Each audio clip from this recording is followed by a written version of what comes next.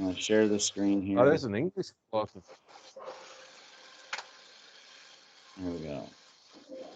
All right. So we got this Roger Joseph Boscovich. I thought it was Robert. Astronomer, philosopher, diplomat, theologian, Jesuit priest, polymath. Yeah. Republic of Yeah. Ragusa. Wow. Correct. 1787. Precursor of atomic theory.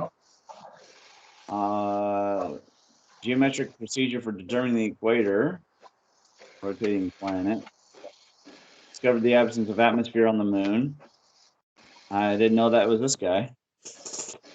Something down here caught my eye. Let's see. Oh, where was it? He was so brilliant in the sciences of mathematics and physics. He, in 1740, was appointed professor of mathematics at the college. And then here we go. 1745, De Viribus Vivis, in which he tried to find a middle way between Newton's gravitational theory and Leibniz's metaphysical theory of monad points. Developed the concept of impenetrability as a property of hard bodies, which explain their behavior in terms of force rather than matter. Stripping atoms of their matter and impenetrability is dissociated from hardness, but then put an arbitrary relationship to elasticity. There's a Cartesian sense, more than one point cannot occupy the same location at once. So I didn't realize that was this guy. Okay, that's very interesting. Something else.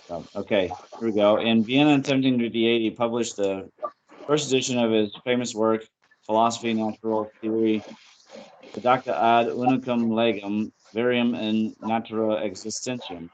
Theory of natural philosophy derived from a single law of forces which exists in nature, containing his atomic theory and his theory of forces. Second edition published in 1763. Another occasion to exercise diplomatic ability, suspected worship. Okay, so this guy he was all over the place. I mean, he was into everything, wasn't he? The diplomat, polymath, physics guy. These kinds of people. Here's another one. These kinds of people interest me because they, like me, they live more than one life at once. It's just really fascinating. I just posted a link. Maybe. I just posted a link in chat. Okay, I'll open it. To another guy. Let's finish with this guy. In the 1300s. Robert demon. Hold on. In philosophy and physics, Laplace's demon is a thought experiment supporting the concept of determinism. Suggests if someone, the demon, knew the precise location and momentum of every particle in the universe, he could, in principle, calculate the history and future of every particle. Laplace's version of determinism based on general terms, Boscovich uses physical terms like position, velocity, direction, and center of mass. He correctly suggests the continuity of force is a necessary assumption for determinism, and he presented it in strict mathematical form. Wow, this guy is ahead of his time. His determinism is more physical, while Laplace's is more metaphysical. Yeah. But you see, they had a different education system to them, if you get what I mean, Ramon. It's a bit like I've heard Thornhill talk of, everything's now narrowed into where there was none of that. So he was able to draw on all sorts of previous and what they were pertaining, also thinking of what would be a future. I remember reading He published 8 scientific dissertations. Yeah. Another 14 after he became a priest. I mean, look at this list. Yep. This is quite the list. Yep. I posted in the chat a news article to a 13th century well, we're going to open it. Philosopher scientist. It's in Yahoo News effectively, but they'll have links to it. But yeah, a lot of the guys that were leaders in that time would have been, philosopher priests. That's how you got the education the to ones do that, it. There we go. yeah. So And they freedom, had the and the time freedom. too, because Yes.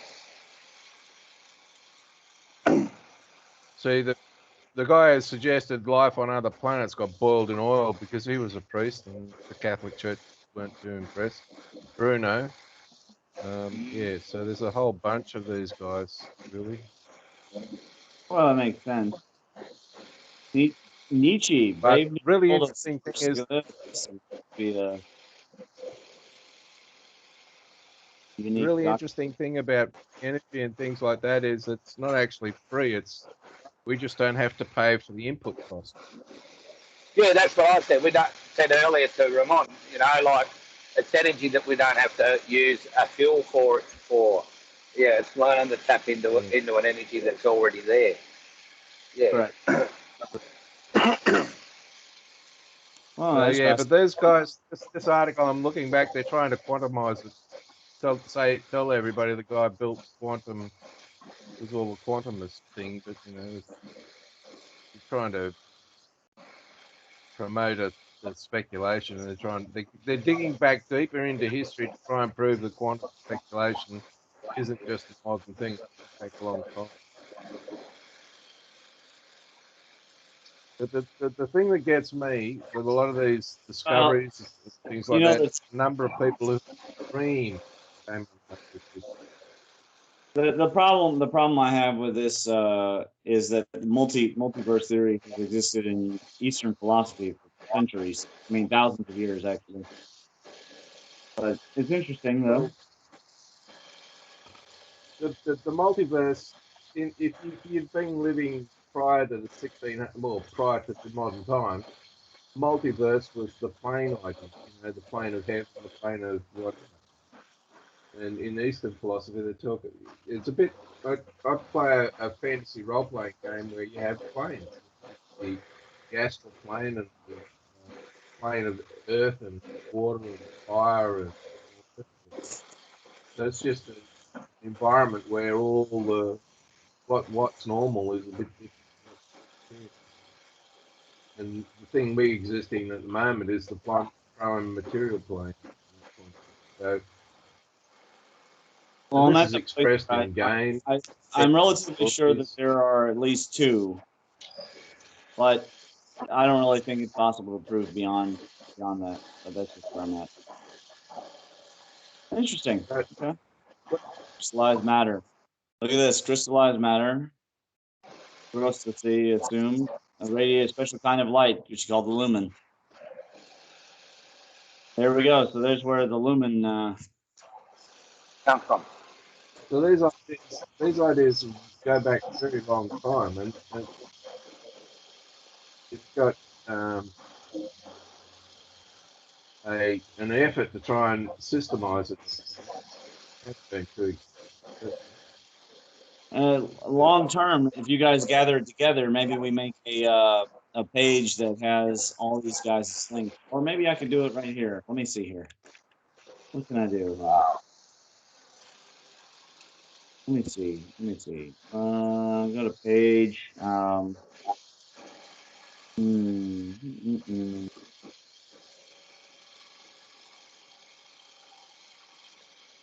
No, let's see here. Let's do maybe a historical model. Here we go. There's a thing. Got historical models. What we'll do is we'll just put a couple of these guys here.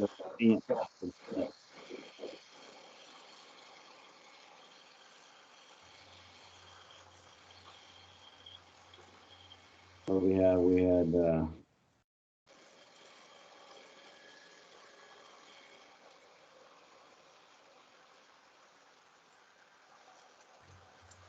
Robert.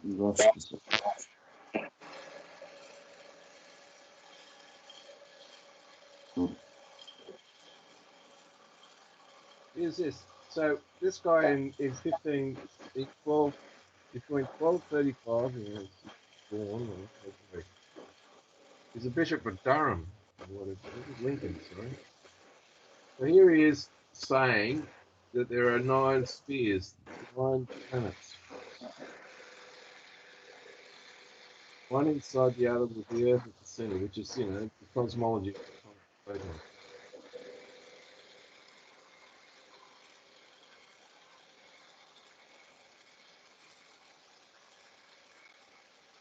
Well, but we want to be careful not to say that we, you know, necessarily think that this guy was correct. Yeah, you know, you can see a pattern development. Right. That's the importance of having different streams, you know, and then they come together, obviously.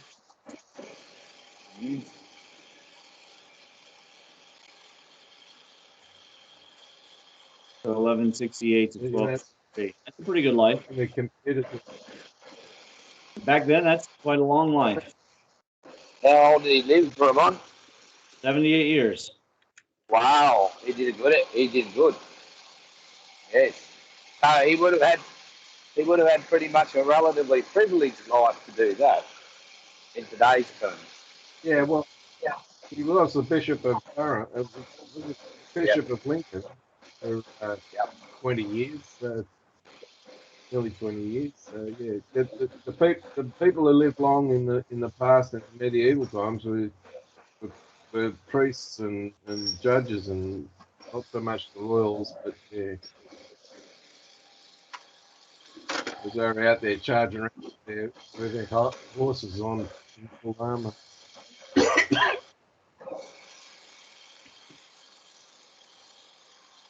So I remember reading a book on Madam what's her name, Theosophical Society. All right, and basically where she got everything from that she developed into that was her father was a diplomat, travelled around the eastern, you know, Russia and that a lot, and there was massive libraries of books, and as a young person, she read everything she could get her hands on, and that was where she came up with a lot of that from. You know, just going through what was already there, and yeah.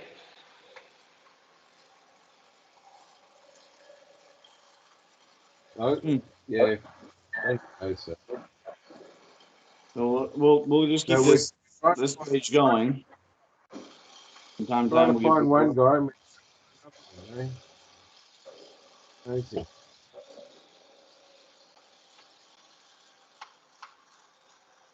Which page are you guys seeing with my sharing here?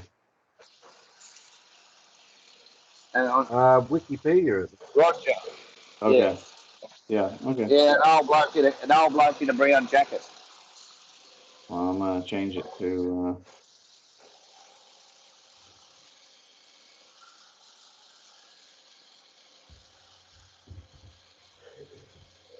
Changing the screen. There we go. Right. So what's next? Well, I went looking at my magnets. I got a 12-inch by 12-inch by 12-inch box that my colleague ordered. Weighs quite a bit, actually. Anyway, inside with a neodymium, they're about 2 to 3 inches across magnets. I didn't realize I had that size magnet in the cupboard. Magnetic field that these things generate is very deep. It's intense, but it's not very deep. Anyway. So I got the magnet. I've got 20.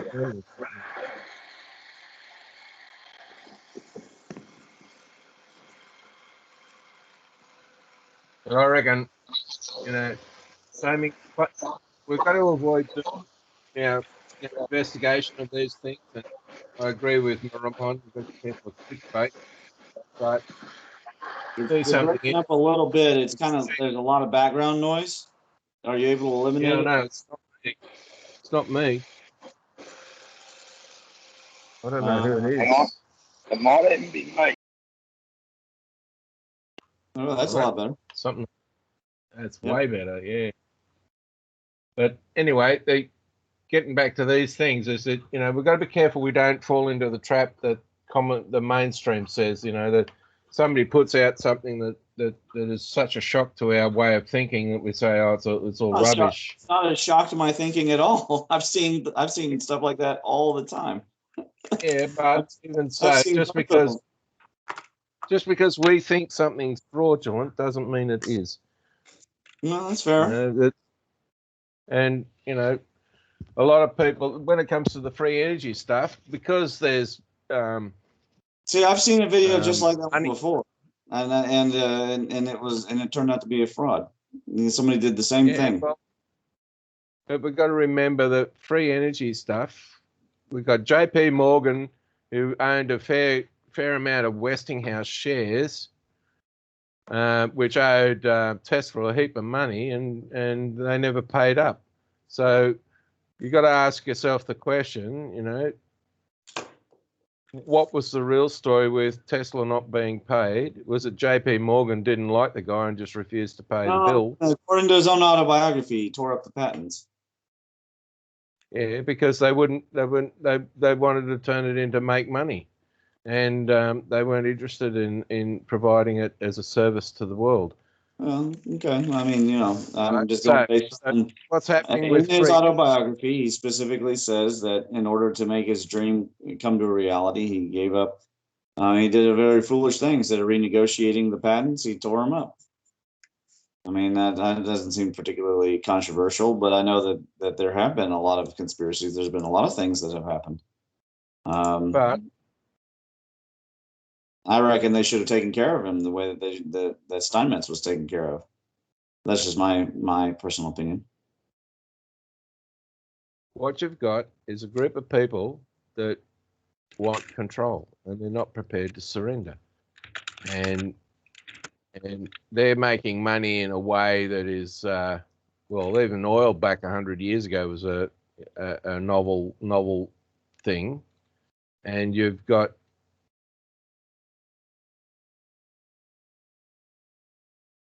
I'm just reading something. What was Brett's talking about?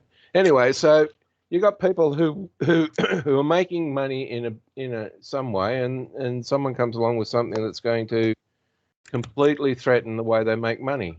And I'm not so really sure about whether this is a clever way of doing things, because, you know, all we're doing is denying a better solution.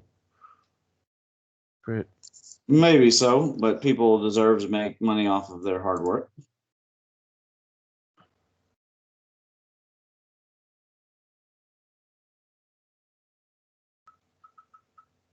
I'm not saying it's an ideal solution, but, you know, Tesla had every right to tear up his own patents. It was just a foolish thing to do. Yeah, but the people who were supposed to pay him weren't paying him. You know, they were breaking their side of the agreement in the first place. Tesla was owed a fortune, an absolute fortune by Westinghouse. Yeah, of course, but and the other thing is, you know, the Bank of California is a classic, right? They'd give all these miners a loan, and then for them to go dig gold, then they dig all this gold and all the rest, have a successful mine, and then the guy who owned California Bank had shut down the ability for him to sell the product, and send him broke and seize the mine and then make money out of it. So, you know, there was just institutionalized thieving going on, and he did this in California and turned the bank into the biggest in the world and all the rest of it. And he wasn't interested in people having a great lifestyle. He was interested in taking everybody else's property. And this is common behavior throughout the ages. Yep. And I'm but not sure. I don't think it'll be going anywhere either. The friends that were benefiting from this in government never went after him. So he was able to get away with this stuff. But anyway. Yeah, that's not likely to change, is what I'm saying.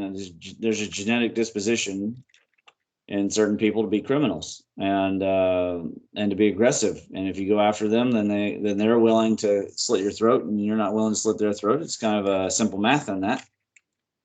I am pretty sure that's why the Clintons get away with what they get away with. So Yeah, well, they're not the only ones that do it, and nope. as I keep saying to my they're political colleague, they're a very convenient whipping post.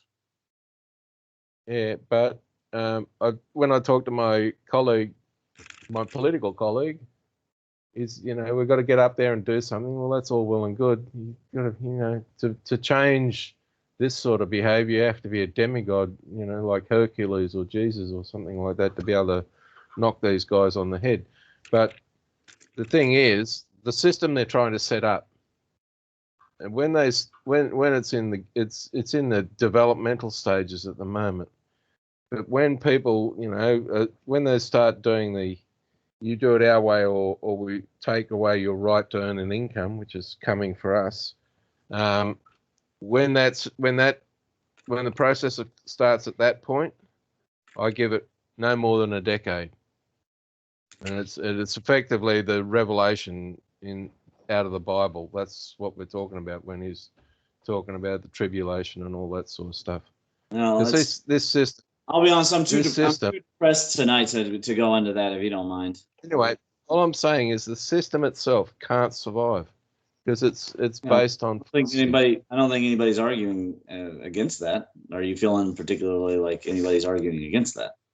Yeah, but if you go back through history, you see these, in the beginning of the first millennium, 1000 AD. They're all worried, God was going to come back and everything was going to end. And every 100 years in between those millennium, it's going to be this century and then this decade, and then this stuff is just occupying our brains whether we want to or not. And the question I have is, why is there such a fixation in human culture of an end times environment? Say that again. Why is there such a what? A fixation on? It's Nostradamus and fixation on what? And all the rest of them. We were predicting what the future's going to be. How bad it's going to be. All this sort of stuff. And people do that. I mean, I reckon people do that even if everything was perfect. Everybody would be doing that.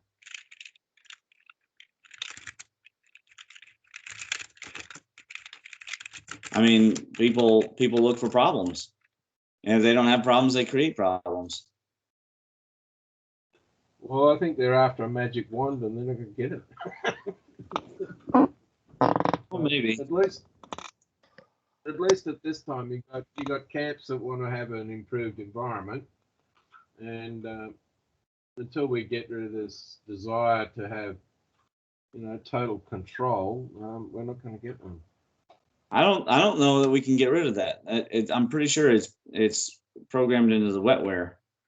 I don't think it's all the abuse of the gods and the mankind and amnesia. I really don't. I think that there's a part of us that is built this way. Cracks in the theory.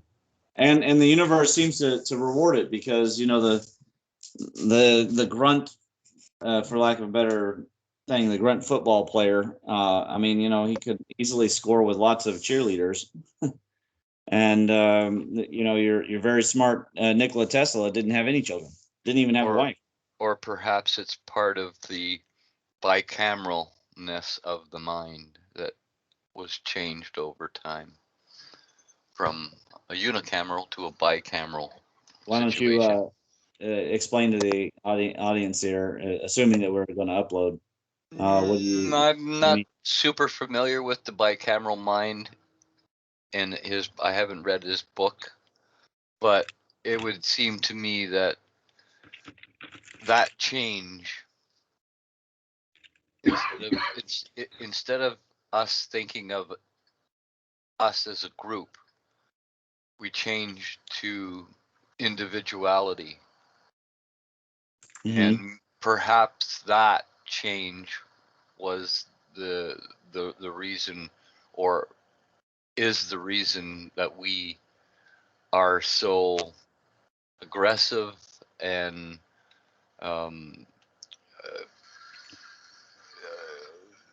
focus, that we can focus in on a certain thing, whereas before we were more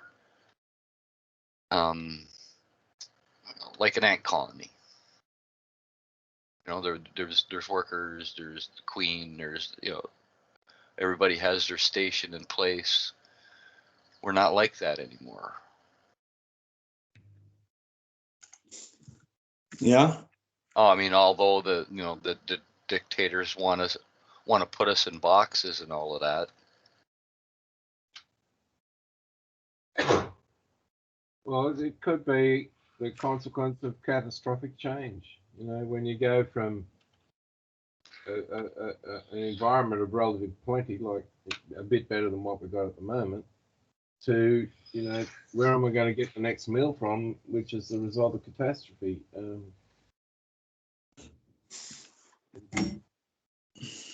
I think you've had systems that are gestalt, like a communal, everybody knows everything mechanism, where it's very hard to be out of step with everybody else, to a system where, you know, nobody knows what you're up to at all, and everybody has great power. I mean, if you look at even fantasy fiction and things like the world that J.K. Rowling created with magic, you can see imprinted in that the modern society of attitudes and all the rest of it. And these things, it's almost like it's a critique on our modern world. And she's not the first fiction writer to do this sort of stuff going back through history. And it's almost like she touched a nerve in the process. Here you got someone who is being on social welfare in Britain, writes a book, and suddenly is a billionaire in the process. What everybody hopes will happen for them. And then when she achieves it, of course, everybody comes out of the woodwork saying, you know, how horrible the person is because she. We're talking about J.K. Rowling? With something. You're talking about J.K. Rowling? Yeah. I mean, she's been criticised heavily because she's, you know, not a supporter of errant, in her view, errant sexual behaviours. Yeah. She's one of these ones who think, you know, it's man and woman, not a combination of other things. But you look at it, it's an argument. I read a paper, it was a fairly long one, like almost a book size, that says when the sexual mores of the society change dramatically, within 3 generations, that culture fails. So if you look at our modern Western culture, the invention of the pill in the 60s or late 50s changed completely the sexual morality of the world. And 3 generations down, you've got a society that's, you know, incredibly fractious. It's, you know, we're asking the question, will it survive? But if you look at the moral environment of the late 50s and early 60s, when this thing was first developed, it's completely different to what it is today. And that's happened in our lifetime, effectively. You had the what was it, Woodstock Festival, where, you know, people turned up and did, at the time, very shocking things for the rest of the society. Yeah, I mean, yes and no.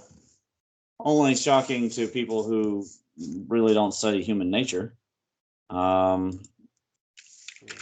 There's nothing new, particularly new, about anything anybody's been doing, like ever. Oh, no. Yeah, the free love of the 1800s and all the rest of it. So it's like we're ignorant of what's gone down in the past, I think, is the issue. Well, no, I reckon with the internet, we're pretty sure now all the different kinds of things people get into. Yeah, but it's still, you know, the reaction to some of this stuff is that can't happen type thing. The simple fact is it can. Yeah, certainly people can imagine that that that they have the ability to control what other people get into, but realistically, there's nothing particularly new about any of these deviant acts. Whether or not they're moral or immoral is that's, I mean, the obvious ones. But everybody knows the obvious ones, including the people when they do on them. I mean, people in incestuous relationships, they know that it's verboten. They just do it anyways, and that's not new. There's always going to be a certain percentage segment of society that's like that. Now, the question I would ask is there a genetic purpose of that, or is that just a religious? Is it a spiritual aberration?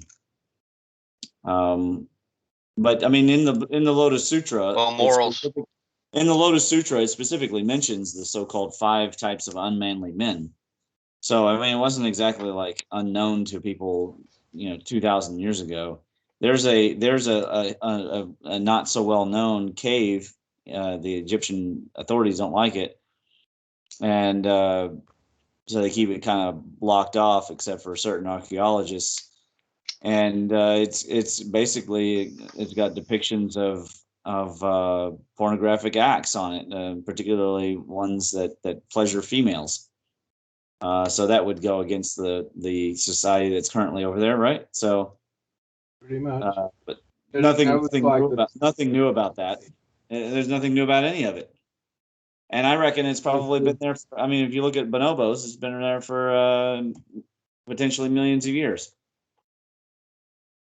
Yep. I mean, you make a law. People are just ever were, and that they'll always be just as corrupt, and that there will be some amount of. It's the ratio that matters. You can't get rid of mafias. You can try and get rid of mafias, but you just really can't get rid of them. They're part of the fabric of how people behave. Some people, that's a classic trope, actually. 2 best friends grow up, and one goes off and becomes a cop, and one, joins the mob, and then they become enemies. That's a classic trope. So you got curious bits that go on, and I've lost my train of thought again. Okay. We think we've discovered something new is the issue, and it's only because a lot of things we're not aware of what was as well as we should, and it becomes a big shock to everybody, when this stuff comes out. So it's we've got to grow up, I think.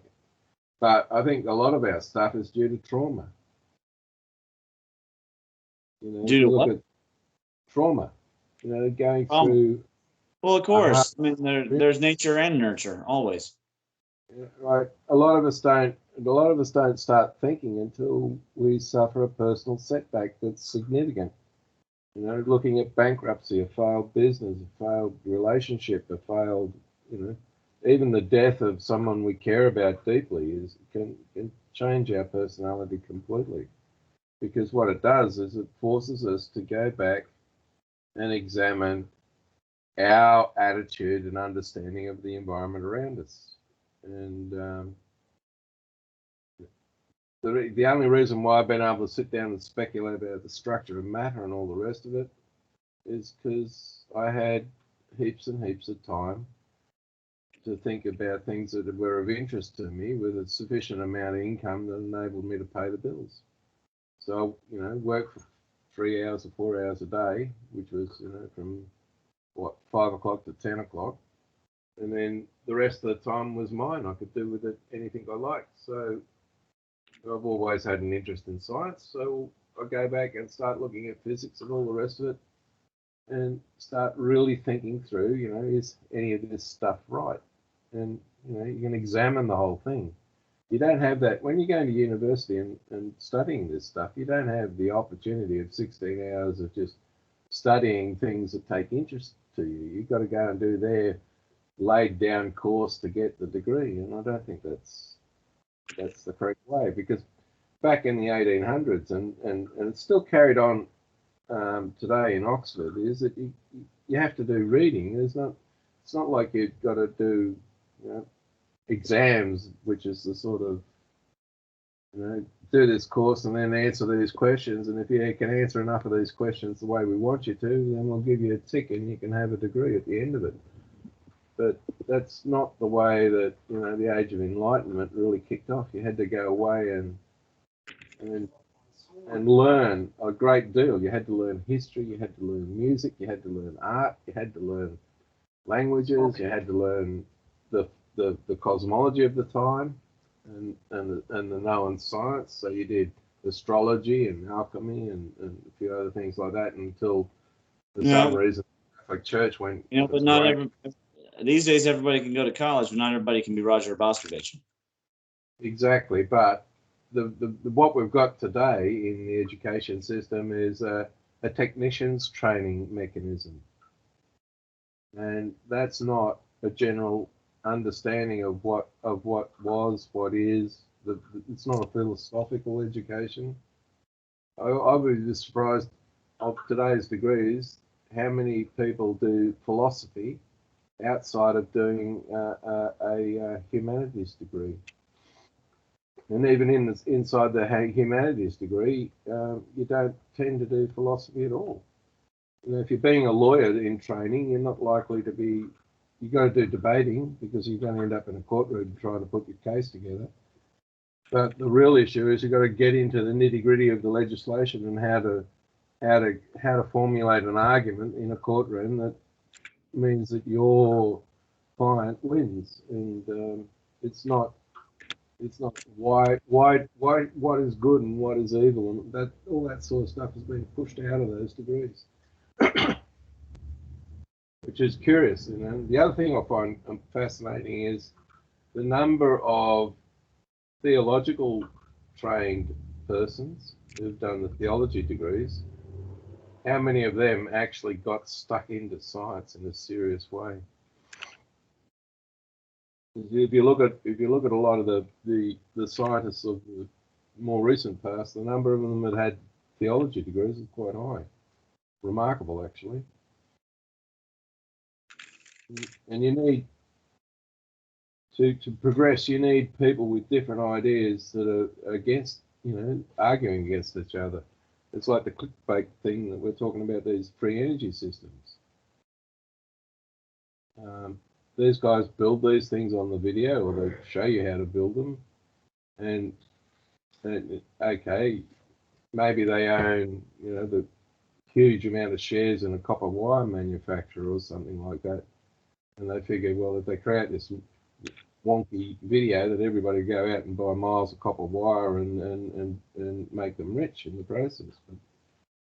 But I just don't think that's the right process. But they're trying to make money. That they've found something that people will click on and they get money as a result. So they're not going to stop.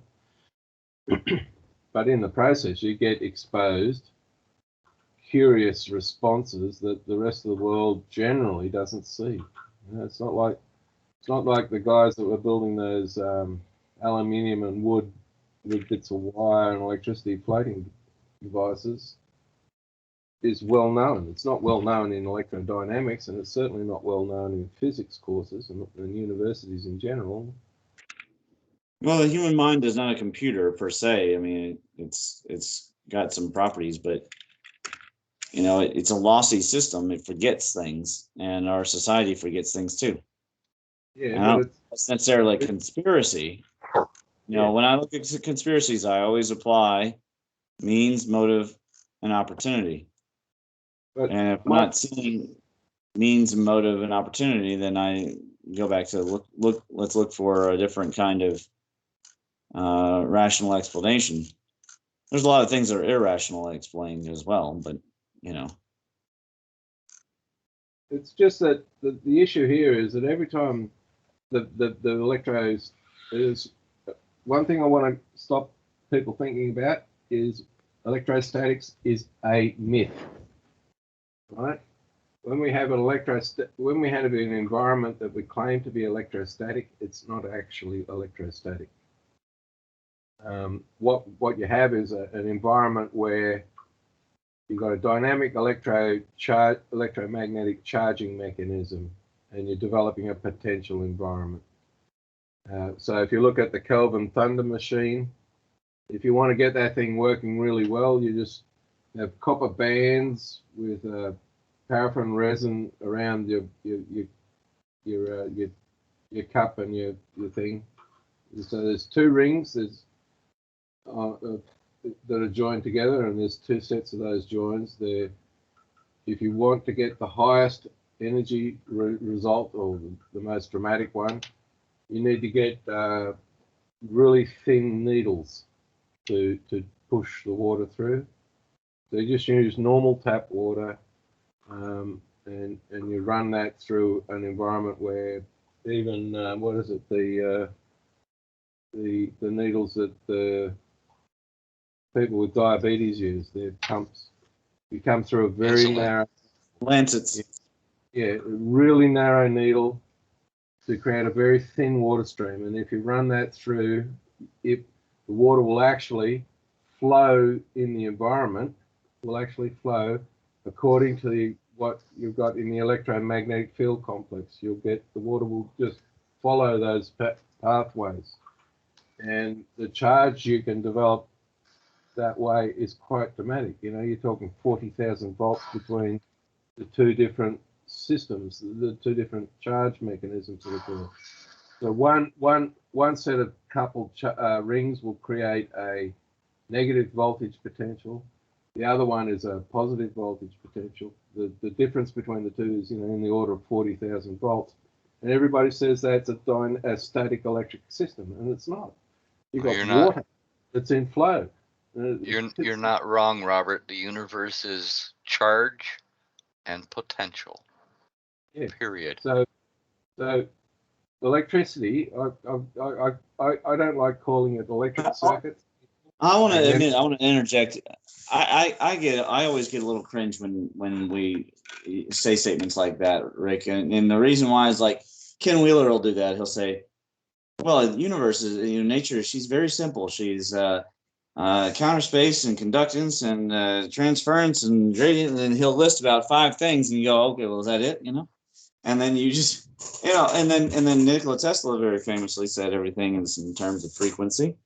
And so I always just wonder about those kinds of statements as to, how useful they are.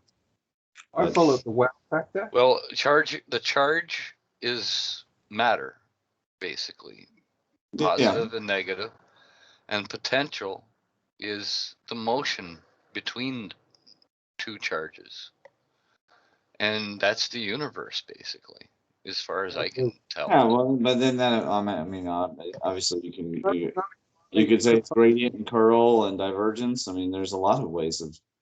Well, I don't know. I feel like I like to use categories rather than distinct characteristics. Because if you say it's potential, I immediately think of current and conductance. Yeah, but you've got potential. No, don't forget there's potential between the double layers. But it's not the only sort of system. What you've got is, if I have a man and a woman, there's potential immediately. If I'm at the height, I'm not sure that you guys are really saying anything that's groundbreaking, though.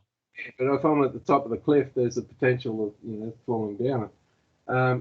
The issue here is that what we do is we discover something that's, for us, a shock, mind-blowing, as it were, and we then focus on that being the answer to everything, right? And what we know is we've got a system where the environment we have is a system that contains structures that carry an electric charge and a magnetic charge, and that's inbuilt in the actual matter itself. We know that this stuff moves, and all the rest of it, but we focus just on one thing as the solution to everything, and that's where we go wrong. So Ken Wheeler is fixated on the bits that he thinks are important, which is okay. you got others that fixate on magnetics, which is, you know, what David Lapointe is on about, and forgets that, you know, there's more to the picture than what it is that's got captured our attention.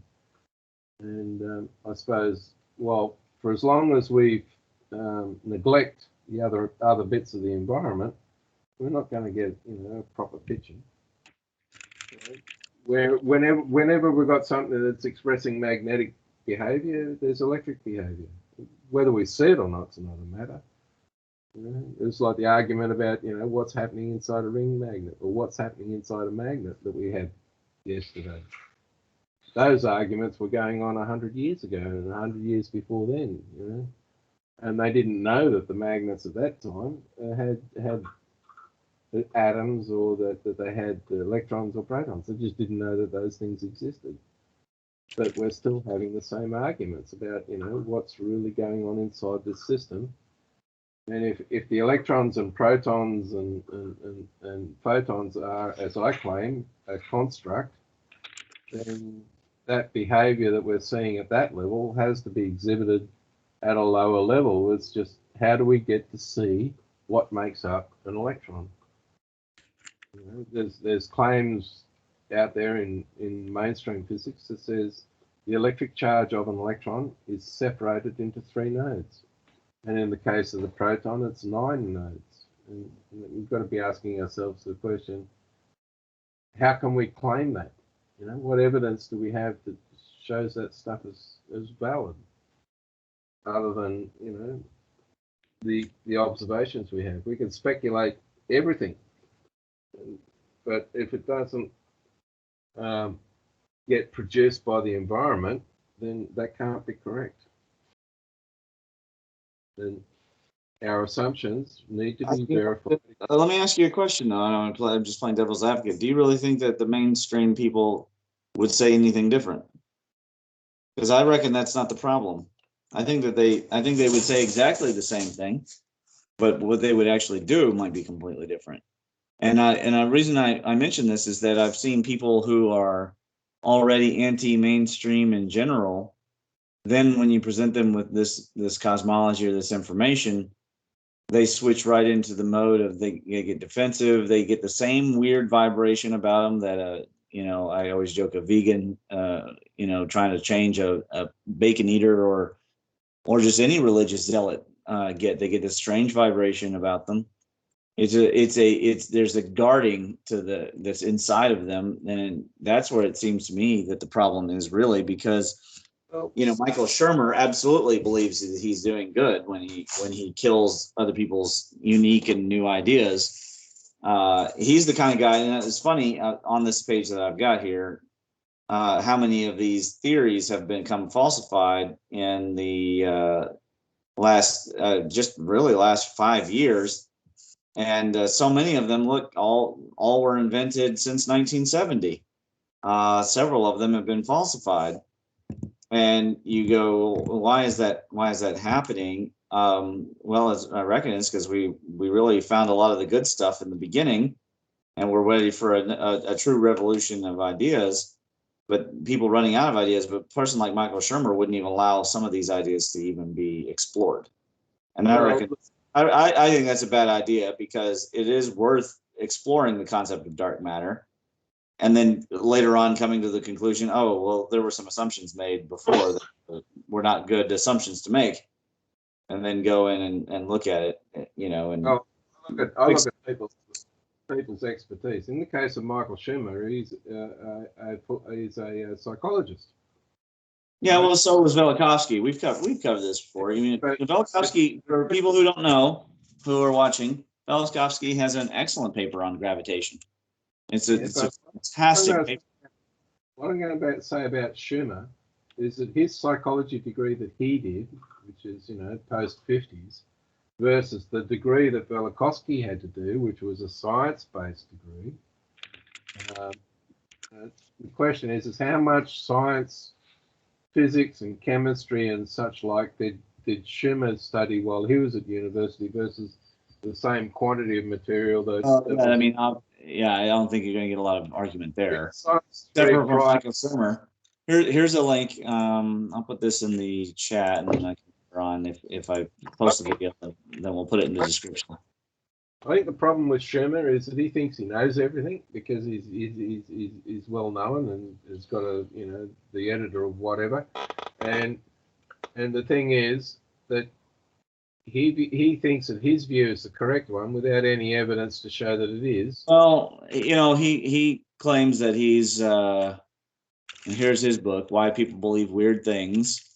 But he thinks that he's relying on much smarter men than himself, and that he's safeguarding the science, and he's again developing that dogmatic approach, which violates the actual sanctity of the scientific method, which is there is no such thing as settled science, and there really is no, until something is a verified law. That's the other thing, is that all the laws of physics need to be verified and continuously verified to make sure that they're actually happening. I remember when I was a child, they would tell us, well, the law of conservation is that energy can neither be created nor destroyed, only transformed, except in a nuclear reaction. And I thought, well, that's a curious place to put an except. And then now we're finding out that fusion doesn't happen the way that they specified. So in other words, there was no but at the end of that.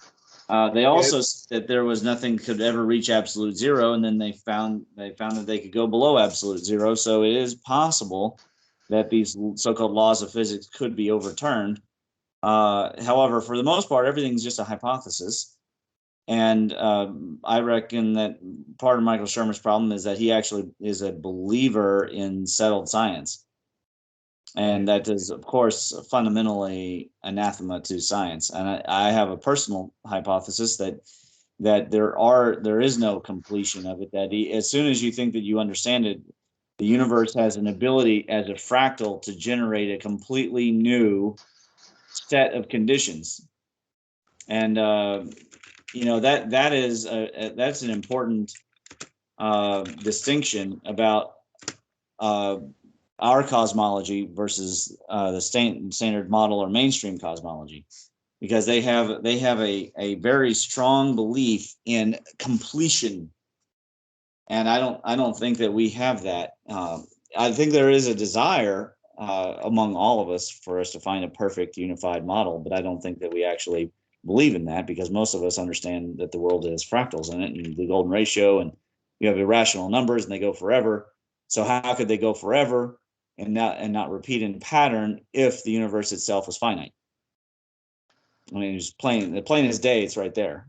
I just want to pick up on something you stated that I think you were told by an educator who's ignorant of the truth. Right? Nuclear reactions do conserve energy. The claim that the energy is not conserved in a nuclear reaction is false. Right. Well, that's what they had been taught.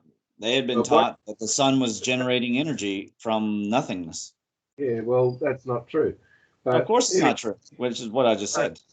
What you got people that have not really understood the stuff they've studied, right?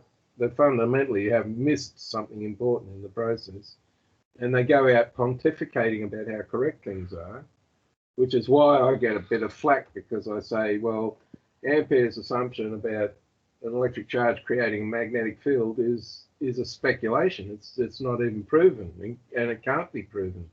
So well, that might be very well true, because I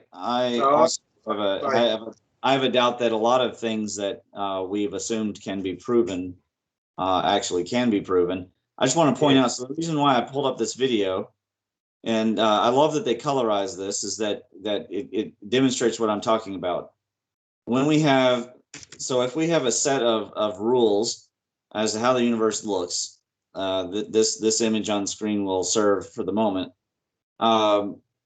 We do our best as a species to go about find all the things within this swastika. Find here. I mean, this has got a lot of cosmic motifs happening right here. We've got the initial bifurcation.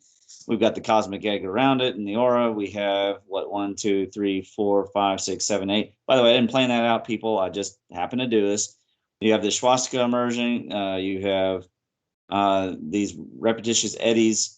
Okay, and then we go about and we figure it all out and we go, okay, this is it. This is physics. This is chemistry. This is mathematics. We have figured it out. We can engineer anything from here. Oh, look, we can't go faster than light, and time and length contraction work this way, dilation, etc.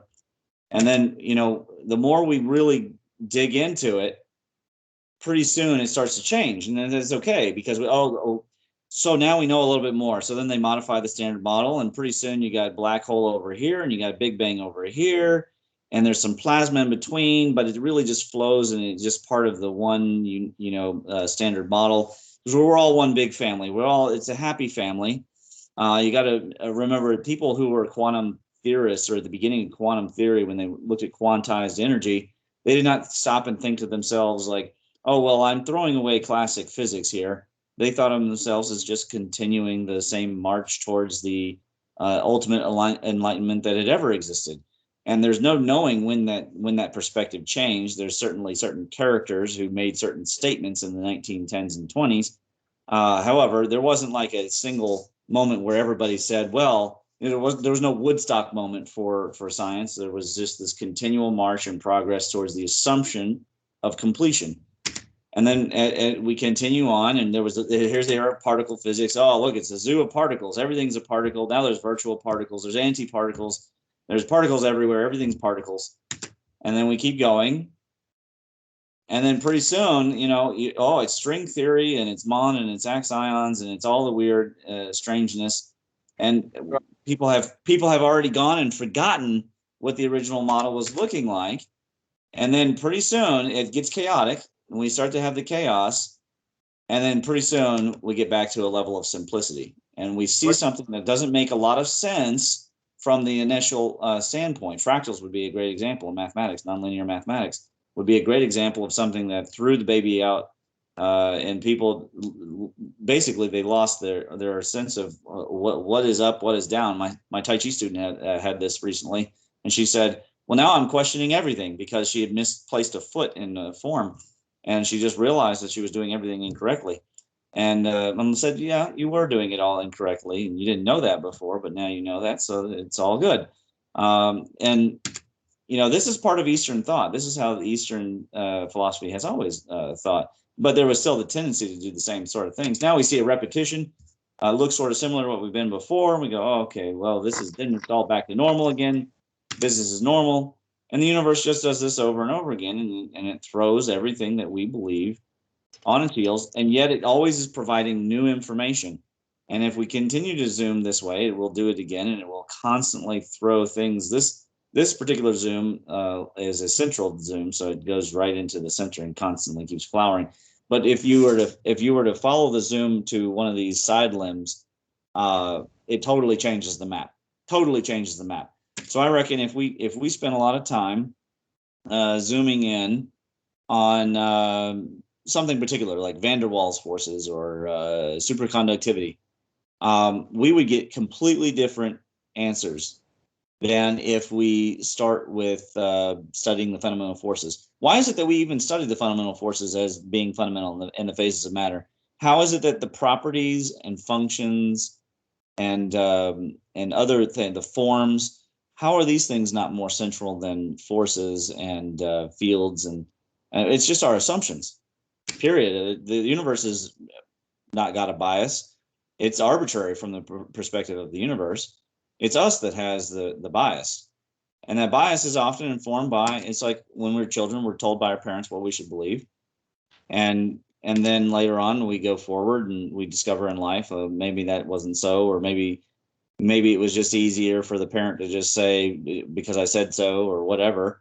That doesn't mean necessarily. So here it is. They've gone off center. And I'm not sure if I think that the program does this automatically. But as soon as we've gone off center here, it changes the story. and the form that everything takes changes. And that is incredibly important because now the universe does not look the same way as it did before.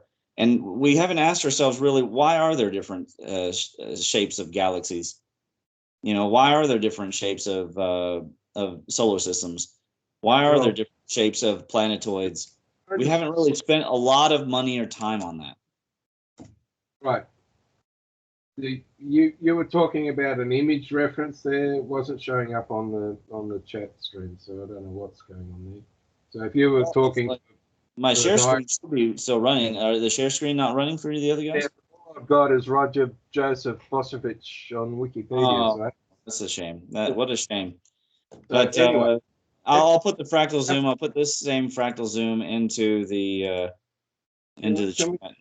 I'll just that's the first thing for our audience is that I'm not seeing this stuff. So anyway, that's okay. Getting back to the issue you're talking about, there are two problems that are running. First of all, we don't have enough time to actually go through all the material that's previously been discovered in sufficient detail that we have a good grounding. You know, I talk about in the stuff that I've been doing, myself and colleague have collected some 15,000 documents or files that are in a computer. And we're talking, you know, video streams of presentations that are an hour long, and there's about 100 of those. We've got textbooks that are in some cases, thousands of pages long, but generally 300 pages. The amount of time, I sat down and said, okay, if you do the megabyte to page ratio, every kilobyte of storage on a computer is equivalent to an A4 page, and we're talking, you know, some gigabytes of storage chewed up in presentations of various ways. If I was to sit down and view that stuff, it's like 11 years of reading or watching or something like that. And, you know, that's a long time to be sitting down and that's all you do, by the way. You don't forget about the sleep and eat bit. All you do is read and watch. And at one stage, you know, because the guy I'm working with has got some serious medical issues, he goes away for a month or so. And it's at that point that I start going through all the videos that he's been giving me. And that can take 4 weeks to do that stuff. So, you know, the amount of time we have to go away and read and get a background and a solid understanding of things is quite significant. And if we're going to be going back and really understanding the material that everybody claims to know everything about today, you got to go right back to the guys who developed this stuff and read what they wrote, and then look at what we know today in terms of experiment output and compare the two to see whether they still match up. And yeah, that's a lot of effort. And even if you're paid to do that, it's still a lot of time. So, you know, 7 years of trying to figure out how matter might be created. Who says I'm right? Well, not much. You know, I got claims that people have gone away and done experiments based on some of the things I've tripped over, but I'm not getting, you know, a formal response on a piece of paper that is being published somewhere that people want to claim has it been peer reviewed. All I'm getting is saying, yeah, we went away and did the experiment, and we redid Millikan in the experiment Millikan in the manner you described, where we get a hydrogen atom and ionize it and track the electron and proton and measure the charges directly. Yeah, to do that requires some pretty fancy equipment, and you know, it's not an experiment you're going to do for $100, that's for sure. And they come back and tell me, yeah, you're right. The electric charge and the positive charge have a difference factor, which is the golden ratio divided 2. Mm-hmm. So, yes, the electron and proton have different charge values in terms of their value. But my question is now, why is the factor the golden ratio divided 2? Why is it a geometric difference between these two values? Well, there's, but my point. And it took me. Like, It took I me feel like you're not years. hearing my point, which is that there's an infinite amount of why. There is no end to the why. I mean, Yeah, but you're we had it. demanding a sort of rigor of completion that I Yeah, am asserting is not possible even.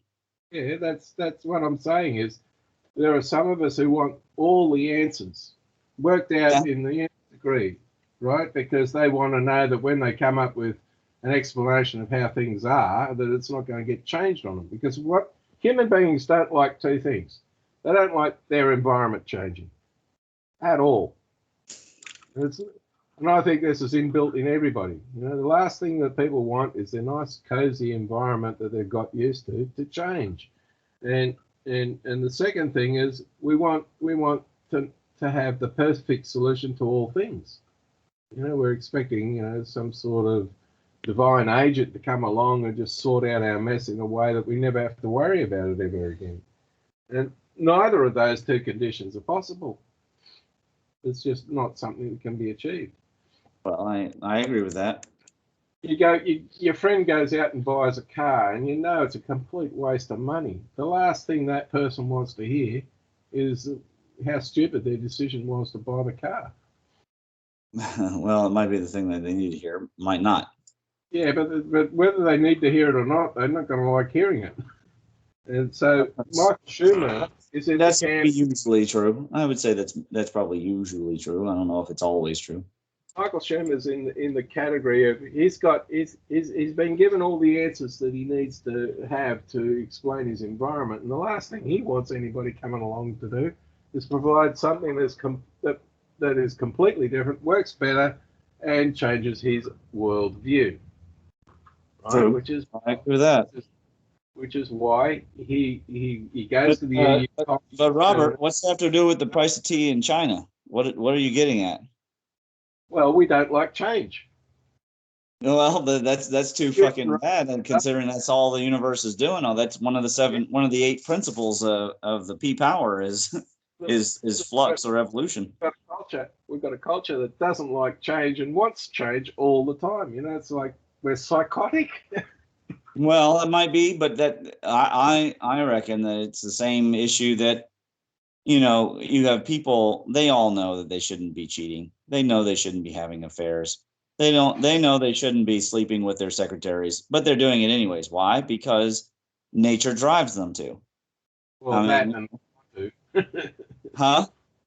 That and they want to. Well, but they tell themselves they don't want to.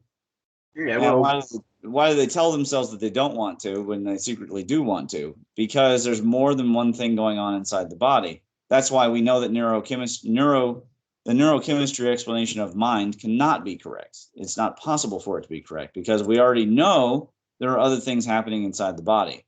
We've found these other neural networks, and these neural networks have interesting things going on in them. They have their own psychologies. They have their own complex chemistries, and they've been studied by multiple forms of psychology, including Western psychology, for thousands of years to hundreds of years. And we just know that there's a lot more going on inside, but we want to boil it down, you know, and we're losing data whenever we do boil it down. And I don't think that that's the key to the integration. I think that that's more differentiation, and differentiation leads to zero. Integration leads towards the one, but you know, it takes the long track, right? It goes the infinite path. And I don't know if that helps people to live better lives. That's not certainly necessarily the Eastern solution to how to live a good life, but it is maybe a more honest answer than what our culture has been selling as a pack. It's been selling it from the Enlightenment period in terms of, you know, what the Royal Society endorsed, to what schools, you know, hey, you know, get good grades, get a job, work your way up the corporate ladder, retire, and you'll have it made. And these kids are discovering that's just not truth. And then it was selling it to homemaking wives when it was saying, well, if you own more stuff that does more stuff, and then your home looks a certain perfect, pretty way, then your life will be safe and secure, and your husband will love you, and then you won't be alone, and your children will never leave you. You'll always have a full nest. And that's just not the truth. And we as long as we sell these kinds of easy answers, I think people are going to continue to have that kind of suffering. Of course, the religion says, well, they're going to suffer anyways because of either sin or karma or something like that. And maybe those topics are related. Well, I just look at it this way. You know, look at this free-to-air TV, and on free-to-air TV, you've got, you know, what it's like to be a cop chasing down criminals. You've got what's it like to be you have shows like MasterChef and The Block, which is all about, you know, getting a decrepit building and turning it into houses and making money.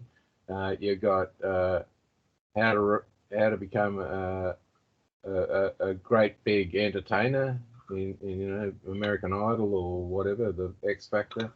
You got these shows that, you know, just go out and grab a random group of people and, you know, turn them into something that looks successful, and anybody can do it. Which anybody who has done this the hard yards way knows that that's not possible. So if you want to become you got to spend it's only through sacrifice and pain.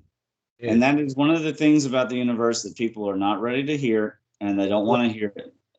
More than they don't want to see change, they don't want to hear that life is full of pain and suffering and sacrifice.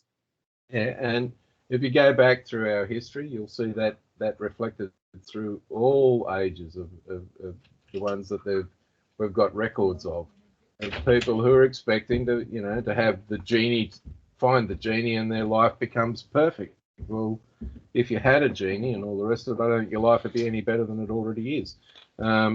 You know, the genie isn't going to make things better at all. And this is the reason why lottery systems and things like that, you know, work, scratchy tickets and all the rest of it, is everybody thinks that they'll walk to buy one of these things and scratch away, and suddenly they're rich. And in the case of lotteries, if you win huge amounts of money, you're in real trouble, because within 3 to 5 years, you're worse off than you were when you bought your scratchy, because you haven't learned how to acquire and control a flow of huge sums of money. And you'd make poor decisions, or you get ripped off, or any other number of things that can go on. And so what we want is, we want a perfect environment, which we're never going to have, that's never going to change, which is never going to happen, so that we can live, you know, some idyllic utopian life, which is also not going to happen. So we've got to, if we're trying to... Aren't you a bowl of roses? Yeah, well, you know, it's just the reality of the universe, you know. We all think tomorrow when we wake up, the sun will rise up and we'll be able to go to the light switch and switch it on and the lights will work and all the rest of it. But, you know, that's never guaranteed. And what we're, you know, if the Carrington event was to repeat, we'd be in a whole heap of trouble, because, you know, all the things that we rely on for survival suddenly don't work.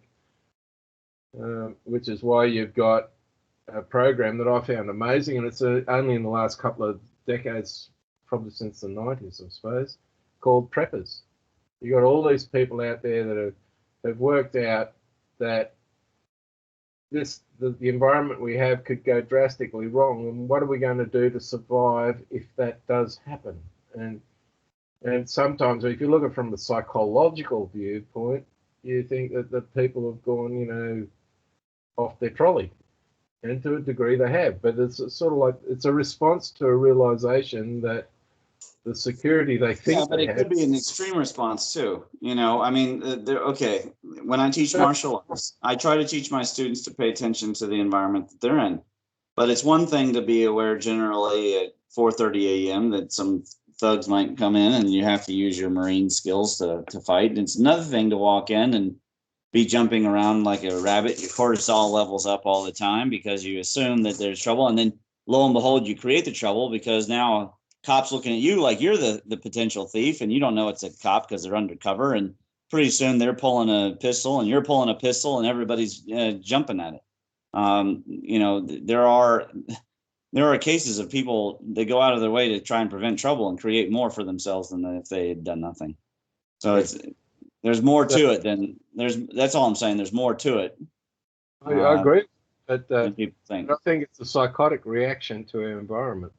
You know, it's we haven't got enough. What is it? Not everyone's psychotic. I mean, we should. Yeah, but we've got to realise that you don't have to be, you know, totally off your trolley to turn into a psychotic. You've got to be able to, what is it, center yourself would be the words that I would. I don't. I'm not totally off my trolley, and I could easily go psychotic. But you know, you have to have what I call energy management techniques, and that's an important thing to have. A lot of people do not have them. They're not provided in school. They're not provided. There's no special classes on how to handle. You know, you just had your first baby, and it's crying without cease, and everyone you call isn't answering their phone, and there's no doctors open, and you don't know how to.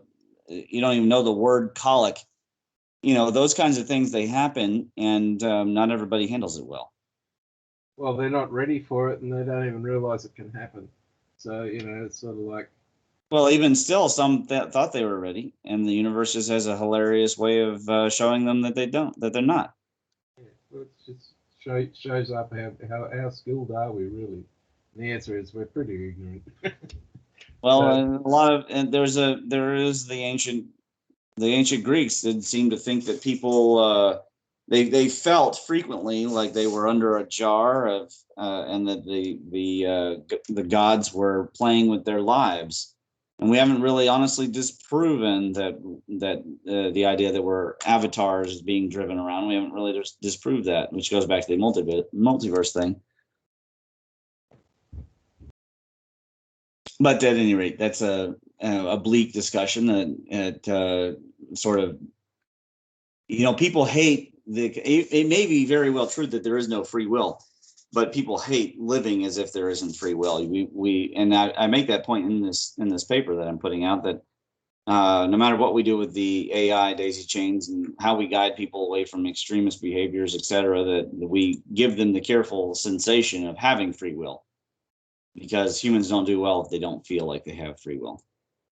Well, no one wants to feel like they're not in control of their life. Yeah, so that's a problem. Is that, you know, if we're going to be successful into the future, we've got to be able to, you know, get to a point where we can approach the universe in a calm fashion. You know, without. Yes. I call it maturity, and I call it maturity in the paper. I call it, you know. Because if there are extraterrestrials, and if they're watching, they're certainly not going to want to interact with us. If they're capable of the things that I'm specifying in this paper that we could get to, then they certainly wouldn't want to mix energy or material or thoughts with people who are paranoid all the time and doing all this. Now, you can be paranoid. I'm particularly paranoid. However, it doesn't seem to stop anything. You know, it doesn't end my ability to, you know, go to the grocery stores, etc. So if people want to understand the original idea of science, is that you could study all this stuff and it would actually improve your life and improve how you're experiencing the world. Now, I don't know that we've had that for a while. You seem to think that we haven't. And that might be true. We haven't had it at all. But the real issue here is... Well, a few individuals have, and they've improved the world. Nikola Tesla improved the world.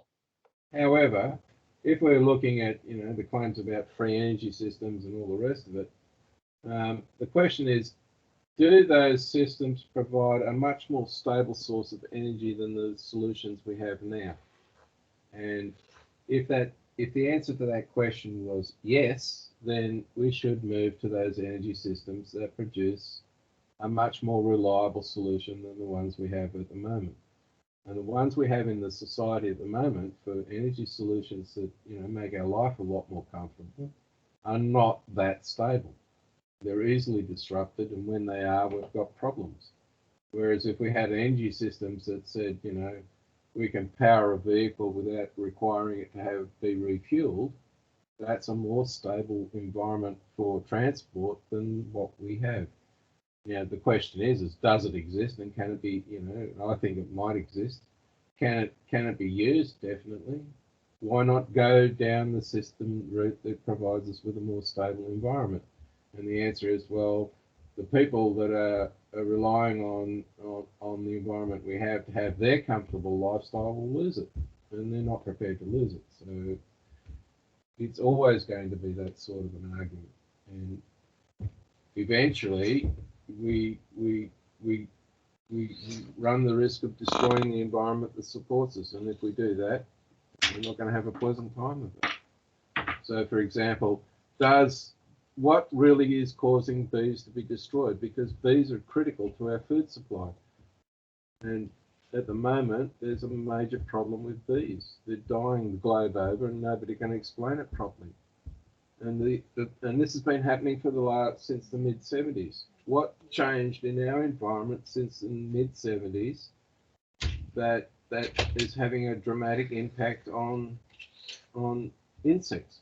Well, I mean, the simplest answer that I can think of before you get to various types of pollution, etc., is the degradation of the magnetosphere, because we now know, we didn't know back then, but we now know that bees have a particularly strong connection to the Earth's electromagnetic environment. So, and which is interesting, because in the monks have long talked about the ability to listen to swarms of bees and discern the voice of God. This is actually a meditative thing that has existed for a long time. What I want to draw attention to for everybody that wants to listen is what device has suddenly become ubiquitous in the world that has an electromagnetic impact. You mean like cellular frequencies? It started to be developed and deployed in the mid-70s, and now it's everywhere. Mm-hmm. Yeah. Right. Well, I mean, cell phones. It very well could be cellular, but that would, and it would be even more. So go ahead. Every time there are a lot of research papers that come out and say that the mobile phone and the technology that supports the mobile telephone network, or data network as it is now, actually destroys the bee's ability to navigate. And what a lot of people don't realize is that inside the insect's navigational neuron system are pieces of ferrite, which is iron oxide, that allows the bee to sense the electric and magnetic field structure of its environment, so it can get from the flower to the hive easily, right? And what we've done in the environment is just overloaded the radio frequencies that affect ferro material inside neural networks, biological ones. And what happens to the poor old bee is that their brains get cooked, because the iron in their bodies is resonating according to the radio frequency of their environment, and it just cooks their brains. And there's been deliberate research that has shown that this is actually true. And the first response from the telephone companies is they come out with some prostitute of a scientist who says, it isn't radio frequency it's doing, it's chemical pollution, and it's like the tobacco's industry's response to smoking cigarettes gives you lung cancer. Come out with all the bullshit you possibly can that will kill insects, and poisons will do that, and other things will do that. Well, this is a simple thing to prove or disprove. If anybody is cruel enough and knows of a beehive, you can go out and test this by setting a phone out there. But what we had prior to the mobile phone network being developed is bees were not suffering the problems they've got today. We were using chemicals in the environment to control insects, which, didn't seem to have much of an impact on the bees, certainly not the sort of impact that we're having today, where 15% of the bee colonies survive, which is a pretty nasty sort of environment. So you got to look at the environment and say, what has been the big change? And the big change is that now you've got 8 billion people. Okay, just take off 1.5 billion because they're too young or too old to have a mobile phone. You leave you with 6 billion people running around with handsets that pump into the environment huge quantities of of electromagnetic radiation. And where this is concentrated, like in cities and certain areas, the bee population, the insect population itself disappears. You can go and buy a device that plugs into your wall socket and switch it on, and cockroaches and mice and other biological insects that we don't like in our environment run away. Well, there's already dead mouse. Yeah, I'll get in later. Don't worry.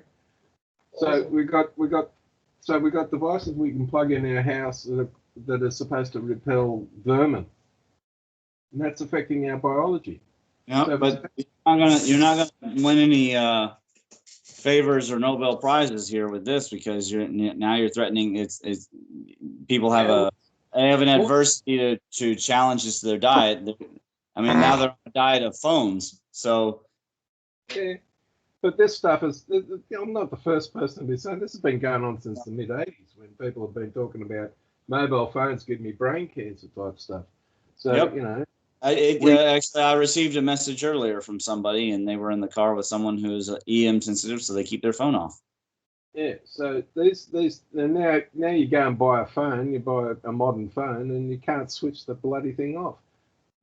So it's just making life worse. So what we know is, because we have electrons and protons and photons, which are electromagnetic in nature, anything that we put into the environment that is electromagnetic is got to have some sort of an effect. We just don't know necessarily what the details of that effect are. So, we're not careful with our technology. We're not careful with modifying germ cells, about, genetic modification. What's the long-term impact on that? It takes a long time for nonlinear systems that we're mucking around with to restabilize if we go too far in one direction. And climate modification and change, there's obviously a group that's suffering advantage from the fact that there's a big argument about climate change. And there are multiple causes for climate change. And the biggest impact is how much energy goes into the sun in the first place. Because that changes our climatic environment. Can humans have a huge impact on the environment? Yep. We've been having a huge impact on the environment for the last 400 years. And it's getting worse. If we go and strip mine our agricultural land for the gold that's underneath it, or the oil or coal or whatever else we want to dig out, and what do we lose? Well, we lose the land that was growing food first up. Is that is getting rid of the land we grow food really good for us if we've got gold bars in the vault? If all we got, can we eat the gold bars?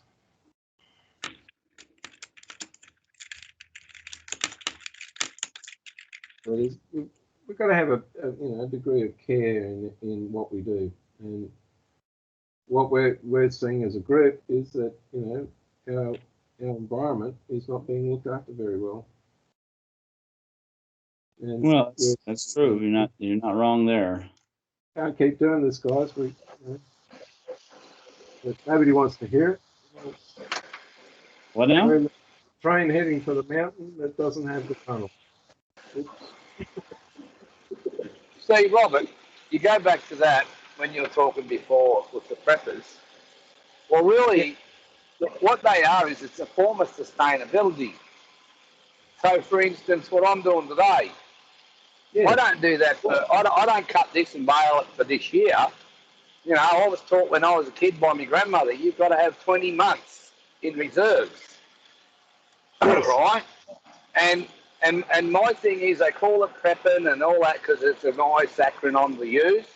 But the reality is, it's just being sustainable. That's what you need, if you get what I mean. Everybody's on this just-in-time idea. Yeah, and it mucked up in 19, but there's so many things can break it, because that was the way we went from the late 70s through the 80s.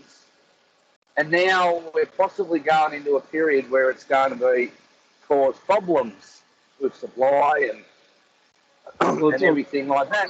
And you talk earlier, about food. Well, of course, we still have big portions of the world where it's living memory. is hunger. You know, you take a lot of those old eastern countries. They know what it's like. We've been lucky. Yes, that's true.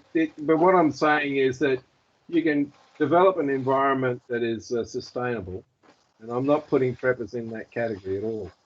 No. I'm not saying lock everything up, but what I'm saying is, what you're saying is, and I have this disagreement with people, and I love the one you used on gold because I say the same thing. You know, let's go back to the gold standard. Yep, there won't be a tree left in 20 years. Yeah. Everything will be dug up. We want a moderated, calm, sustainable environment. We don't need an extreme survivalist mentality kicking in, which, you know, some people, you know, you look at them. Yes, they want to protect survival and all the rest of it, but their response is extreme. Whereas, you know, can everybody live on the quarter-acre block? For housing, all the rest of it. And the society we're developing is destroying the agricultural support that we relied on to build what we have. So I don't know what the right answer is, but, you know, we need to get past the idea that everybody in the world should have, you know, a plot of land and grow their own food, because not everywhere is that possible. Oh, I agree. You guys all live in a box, all own the land. How's that sound? But, you know, why can't we put our houses beneath the soil that grows our food?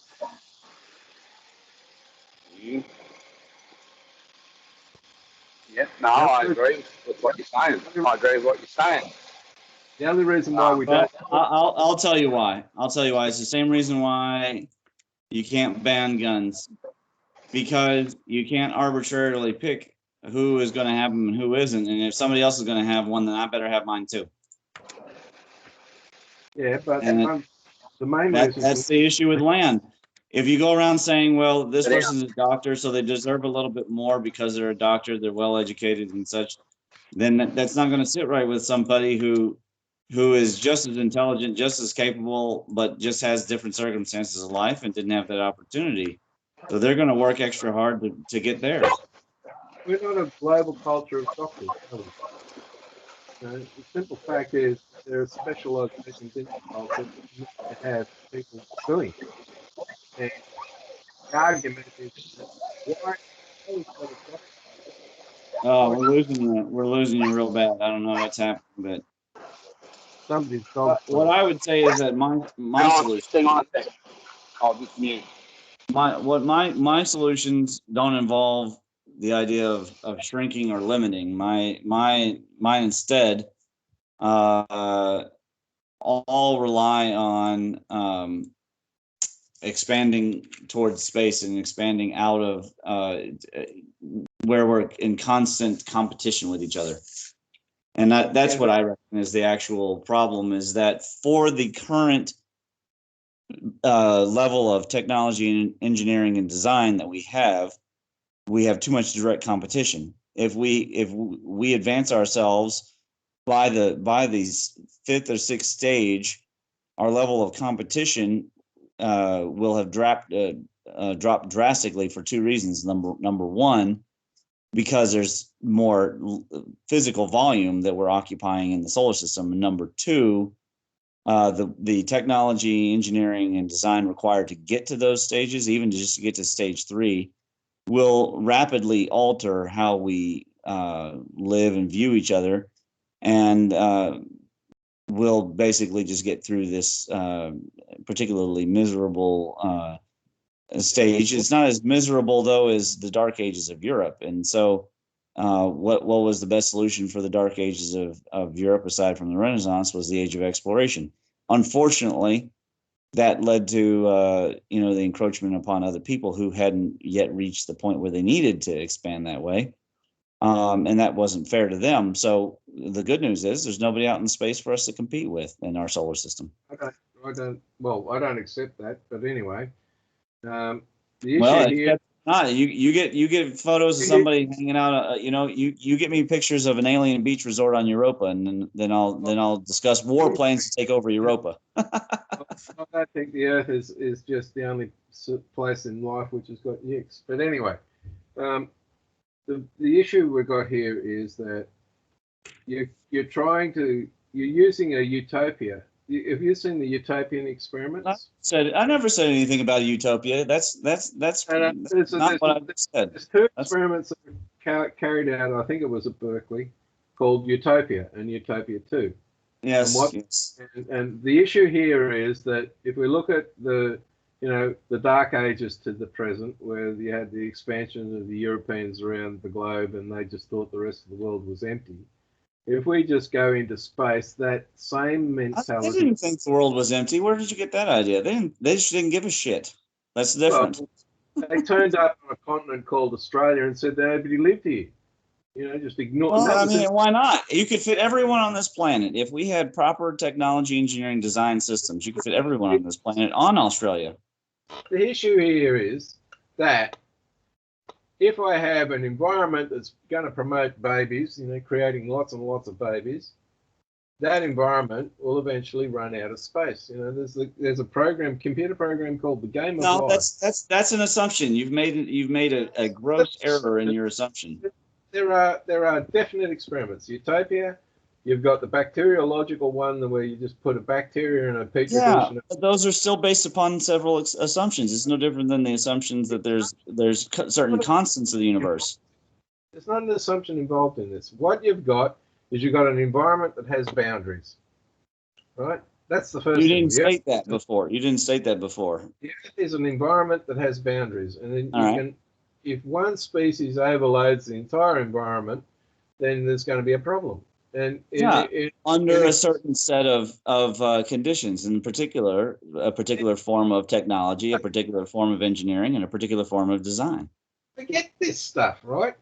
The important thing is the Earth is a confined environment where if the human beings are the only species, the human beings, if they become the only species on Earth, then we're not going to survive. Well, who wants to be the only? No one wants to be the only species on Earth. I don't even think the elite want that. Yeah, well, the issue here is that we say, the solution is to get off the planet and go and colonize the rest of the solar system. Well, the solar system is a confined environment. There is a limit to how much we can, have people plotted throughout the entire solar system. So after the solar system's filled up, we're going to have to go to the next star system. Yeah. So what? Each scale that you're describing is so many much more percent than the one we started with. It's really you're making a problem out of nothing. No, it's not a problem out of nothing. The issue here is even if the human race populated the entire galaxy and assuming there's nothing else in there but us, we're going to run out of space, and the problems we're trying to solve today don't change. They're still there the whole time through. It's just when no one said that we shouldn't evolve. I specifically said that the entire purpose is to force us to mature. Infinite growth or infinite capacity to grow is not going to solve the issue that we're trying to deal with. And the issue we're trying to deal with is we have a limited environmental circumstance. No, you assume that is an assumption. You have made an assumption. Well, what's the guarantee that the next solar system we go into isn't already occupied by guys that are quite easily able to blow our solar system out of existence? Well, there's no one's making that assumption. When you get a chance to read the paper, you'll see discuss that we will have a completely different outlook on things by the time we get to stage 9 and 10, and when we're finally starting to lay track to go outwards. The behaviors of people who were going across this continent laying track were pretty bad, but they weren't any worse than the behaviors of people who were actually coming here to help lay the track. But once the track was laid, the behaviors and mentalities of people from both worlds altered and changed. They haven't become perfect, and they haven't gone in a straight line direction. I mean, it's not like people from Asia currently think the same way as people from the West. However, the 2008 Beijing Olympics showed a lot of progress. They showed a lot of potential bridging of the gap. And when that happens, I reckon that's a pretty good thing. And when we lay track to our nearest neighbors, etc., then there will be interesting discussions to be had. You and I won't be there to see it, but things will be had. But what you can't do is expect people to continue to stagnate on this planet. And under the current technology, engineering, and design schema that we have, there really isn't enough room. And yet it's not really actually about the finiteness of the Earth. I don't know where people get this idea, but it is not factually. We need to go back. We need to study the Utopia experiment correctly and understand what was really going on there. The issue that we have today is we've already got stagnation in our environment, and it's getting worse. The problem here that we've got to deal with is the fact that we ignore history. We ignore our history. You know, we've got. Well, there's modern history that suggests opposite conclusions. If this idea that going out to the stars and populating everywhere there's nobody else is all well and good, but the thing is, this current age is not the first age in human experience that's had this capacity, right? If we look at our mythology, this is a world number 5, right? How many world ages have there been prior to this one? The answer was, if you're listening to the Buddhists, it's 4 worlds before this one. So we've had 4 goes to sort this out so that we have a sustainable environment, and every one of those 4 previous ones have failed, and we're in the 5th one. But you know, humans make everything about themselves. Just because the star was breaking down and the solar system was rearranging didn't mean that humans actually failed. It just meant that it was convenient to blame ourselves. But there's no proof that we actually caused it. There's no proof. That's because we no longer have access to the records that show that what really happened. Well, that's another assumption you're making. You're assuming that there is a hall of records for it. What we have in our mythology for the fall of Atlantis, you know, forget whether it's real or not. What we have in that mythology is that the Atlantean civilization at the time tried. Oh, we've got something going on in the background. Yeah, something in the background, some kind of funny thing. Anyway, but that's not a record. That's a story. The Atlantean story, the Atlantean civilization given to us by Plato failed is because they tried to control the entire world, and a great big war happened of some kind, or they destroyed themselves by misapplication of technology. Right? Yeah, I mean, maybe. That's what it says. Yeah, that's what it says, and I can think of one mechanism that could actually acquire that, and it ain't nukes. But that doesn't mean that it actually happened. We don't have the evidence, and so we do have the evidence. We just won't accept it as evidence, right? What we got is a story that says the Atlanteans misapplied their technology. I'm not talking about that. I'm talking about physical evidence, just like lidar or rock art or anything. We don't have any of that. We have a location that we think is pretty reasonable. We have several alternate locations that we think are plausible, and we have a few smoking gun sites that suggest it definitely was possible. But we don't have the physical evidence in front of us. Well, that's our claim, because we've got to remember we're in a culture that's prepared to suppress this stuff. So if it's been discovered, they're not. But I wouldn't suppress it, and I wrote a paper on it. So I'm telling you that we don't have that yet. But what we do have is really strong inference, and we have really strong hints, and we certainly have a few places that are themselves smoking guns for the same kind of thing. However, we have Atlantis in our hands. We have building structures all over the planet that not the modern age cannot replicate. Not a single one of them appear to be housing mainframe computers. Just so that we're all clear. I mean, we don't know for sure because they won't let us excavate Dwarka and they won't let us excavate Gunung Padang. But when we look at Gunung Padang, it was a volcano and it doesn't appear to have a hall of records under it. But we don't know because they won't let us in. Yeah, so that's suppression. But the issue here is but it's not necessarily. If I went and got our modern technology, we'll go and get my modern technology. You go and get a mainframe computer and stick it in some cave somewhere. Is it still going to be there in 1,000 years? Not likely. Why? It's made of metal. It's going to corrode and disappear.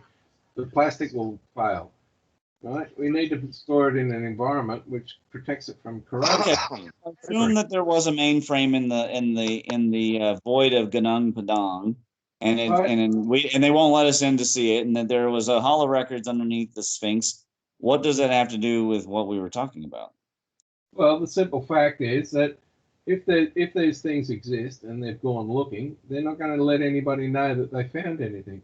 Like in the last 3 or 4 years, there's been all this discussion. No, but about, what's that have to do with whether or not we should have a space or society? That's what I'm asking. Well, is a space of society going to solve our problem?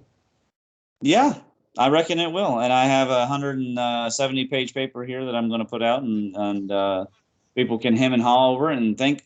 But I can tell you this: what isn't going to do anything is for us to sit around and clutch our pearls and bite our nails and complain about the elite constantly slam dunking on all of us, and going.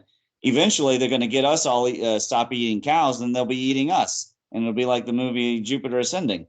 And well, I ain't going to sit back and watch that happen because I have kids and I have guns, and I am not going to sit here and let that happen. Soylent Green is the other alternative. But the issue here is that what we've got is we've been a society that was a space of society in the past. Maybe. We don't know that. That's the thing. People are saying that. We don't know that. Michael Tellinger doesn't know what he's talking about, okay? I'm just telling you. I looked into his stuff, and it isn't accurate. We don't know for sure. And and there's a lot of problems with Eric von Daniken, and there's a hell of a lot of problems with Sitchin. We've got a whole bunch of people out there in the modern age, the UFO community, who have been fed a whole bunch of bullshit from the CIA because they don't want them to trip over the secret military activity that's going on. They just don't want fair people. Enough. I don't disagree with you there. However, I don't disagree. What we have, and it's all based on that. It's all based on the secrets that Tesla and T. Townsend Brown figured out anti-gravity. The states started building craft to try and utilize that technology. They crashed a few. They grabbed up the pieces. They made a story of ET to hide this fact. I maintain that 100%, that this whole alien bullcrap is all based on the ancient god stories and the fact that Tesla and T. Townsend Brown figured out anti-gravity, and the United States has built ships that can fly anywhere they want. The greater weight of evidence is coming from that, from the research that I've been doing lately. Yeah, but let's forget the modern UFO paradigm rubbish about ETs and all the rest of it. What we have is evidence in the form of myth. And we're saying, because it wasn't written down on pieces of paper and we don't have computer systems and all the rest of this stuff that this technology obviously arises from, the mythology is created from something. We're saying that the myth is no proof that there was a culture that was advanced in the past. And that is unjust on our history. It is not at all acceptable science. But the ancient gods, we know them to be aspects of nature and aspects of the plasma features and planets. We know that they're not extraterrestrials that fly around and. That I have shown. They are definitely not. They are not the only mythology that's out there, right? We have mythology to do with crystal balls, where you can remote viewing, get your crystal ball, look in your crystal ball and see faraway places and hear faraway events. That is a mythology of the past. And tell me today what technology does exactly that. Television does it. The computer network system where we can see. Okay, but however, if we have physical evidence. Here's the difference between this and a high-tech Atlantis. Okay, I already agree that there was an Atlantean civilization, and I already believe that there was an Atlantis proper. However, saying there's a high-tech Atlantis is a different thing. We do have physical evidence that the Great Pyramid generated electric fields. We have physical evidence. There is the hieroglyphs of Dendera, and there are obvious flying machines that use some sort of motor to get around. They weren't just gliders. They were little, and who knows how big they were and what else they could do with them. But they had to have power, and electric fields are a very convenient way to do that. That's what we have evidence for. So we don't have evidence for computing. Yes, we do. Not high-tech computing. But the Ethiopians have been using binary arithmetic their entire cultural life. You don't need to have a high-tech computer for that. You can do all of that with an abacus. All right, we're ignoring our mythological history because it's all bullshit and we can't prove it. Nobody's saying it's bullshit, but you need physical evidence. It's all but it's all about interpretation, Andrew. No, we just had statements about flying vehicles that have been powered by pyramids with generating electricity and all the rest of it. We have physical evidence for those things. That requires a technological society that's at least... Yeah, I agree. They were an engineer-based society. I completely agree. It's at least the match of today, and it's at least 12,000 years ago. Yeah. So what happened to that culture that had that capacity? Well, what happened is a star exploded in their face, and maybe they interpreted it as there being the cause because they were pulling plasma down at the 30-degree latitude, as per Birkeland's experiments with planetary Terrella, and them using pyramidions. However, that is not to say for sure that they did cause Shamash to explode. More than likely, it was just the approach of the sun. Yep. The issue here is, when did we lose the flying machines? We've got them described just about right away. In the scripture, these things are described. At what point in our past did those machines disappear? It's hard to pinpoint down, but I can tell you this: I thought they were any more resilient than we were. But are they describing actual machines, or are they describing balls of plasma that are floating around? For people who may or may not be listening, we're talking about Vimanas, and Vimanas. Whether or not Vimanas are comets and plasmoids, or if they are actual physical flying machines. I have had one astral where I thought I saw a Vimana, and I saw a city being exploded, but that isn't physical evidence. No, that's just imagination. That could be just imagination. Yeah. It could be. But it was astral, so that's a little different.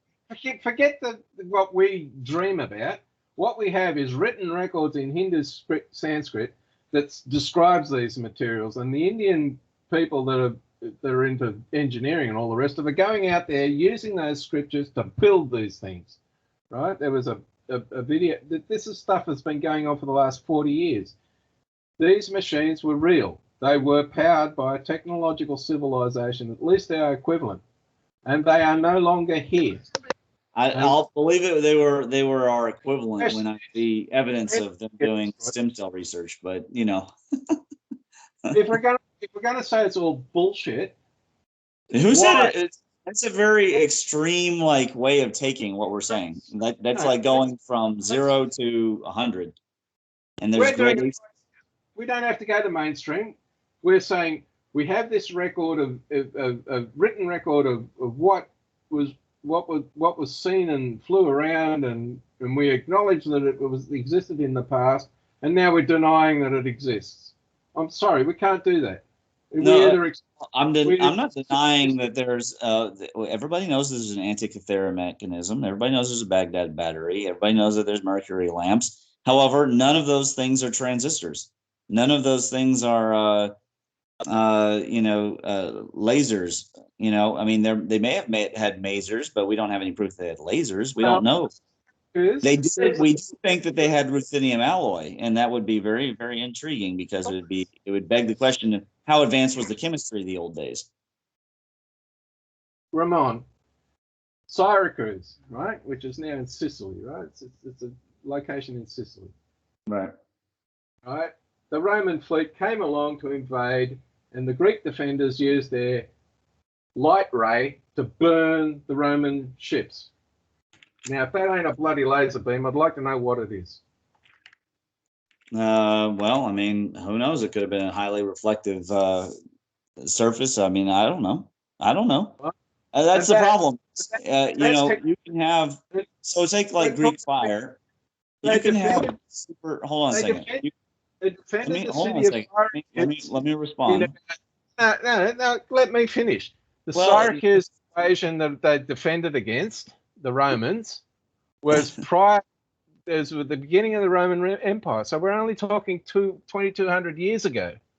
Yeah, but it's well known. They had technology then that stopped an invasion that they can't. That everybody's been looking to try and replicate because it was a useful thing because it worked then. They wanted it back again. The guy who was responsible for it, I think, was Archimedes. But anyway, I can't remember the full story. But the thing is, this is technology that was 2,200 years ago. The Romans had concrete. We've got technology that existed in the past that disappeared because our society went through a survival extreme, right? Where we no longer had the time and energy to learn the technology that existed, and we lost it. And if we're going back to the Atlantean civilization, we know that was a high technology civilization because of what they were able to do. It's in our mythology that's described there. And something went wrong. Now, whether they did it to themselves or was done to them by the environment or somebody else is pretty much irrelevant. But that technology that they had was lost. And all we've got left of it is stories about, mythical flying machines and seeing far places. If the solar system was being rearranged and thunderbolts were thrown around, what would be the impact of it today if we had a Venus-like event occur right now? Right. Well, we all know that would be catastrophic. Electrical discharges. Just because, though, it would be catastrophic does not mean that we wouldn't end up with some remnant of say, like a skyscraper, steel structure, or something like that.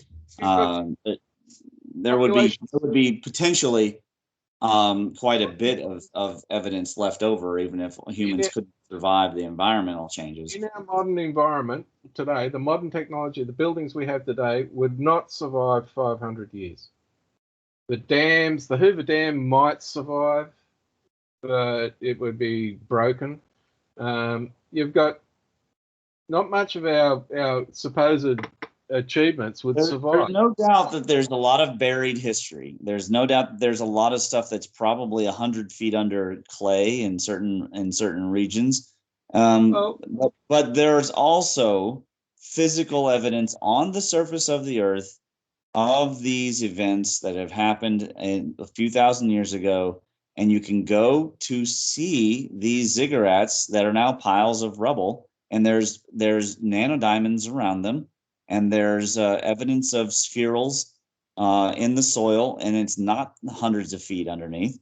I'm not saying it doesn't happen, though. You look at Petra and you look at in Jordan, there's some really interesting things about those structures that suggest a very advanced civilization. Same thing at Pumapunku and Tiwanaku. However, it's a far stretch to go from, okay, they had a very high quality electrical apparatus, or they had a very high quality form of stone chiseling, to that they had anti-gravitic flying machines. We don't know that. That's not something that we can know at this time. It would be great if we found a cave with a treasure trove and it had somehow been a flash filled with clay, and the clay hardened and kept everything preserved. That would be fantastic. You're right, the Smithsonian would probably try to hide that. But I'm not saying none of it's possible. I'm saying that this time we do not know that for sure. The one thing we do know is that 12,000 years ago, a drastic event happened. The myth suggests it was the death of the star, and that it was a catastrophic event of unbelievable magnitude. And it was not extraterrestrial, because no individual can ejaculate and fill a river or be his own elder brother. And so the question is, what are these myths really describing? And they're describing events that we're seeing. They were highly energetic events. They were catastrophic events. A lot of destruction definitely happened. And life changed completely. And we would be just as vulnerable today, in my opinion. All the more reason. So you're just underscoring my condition that we go into space and not be all the eggs in one basket. That I agree with. However, going to space being a survival mechanism beyond not all eggs in one basket, I have doubts about. But the issue here, it would happen overnight, and I certainly don't think it's going to happen in this century. Look at the legends of the Indians in Western America, in Western United States. You know, their stories talk about the ant people that took them into the caves to help them survive the environmental change that occurred. You know, who were the ant people? You know, they're describing creatures that look like insects. So the real issue here is that the Earth seems to have been a satellite of Saturn when it was a star, and now it's a satellite of the Sun. It's no longer a satellite of the star Saturn. So the Earth has moved in its orbits, and that is going to create a whole set of dramatic change to our climate and electrical discharges due to it. Now, if we were to sort of suffer those sorts of electrical discharges that are described in myth today, our capacity to produce electricity and computers and all the rest of it would be gone. It would be wiped out. There wouldn't be a functioning electric device anywhere on the planet. We're on the clock before a reset occurs.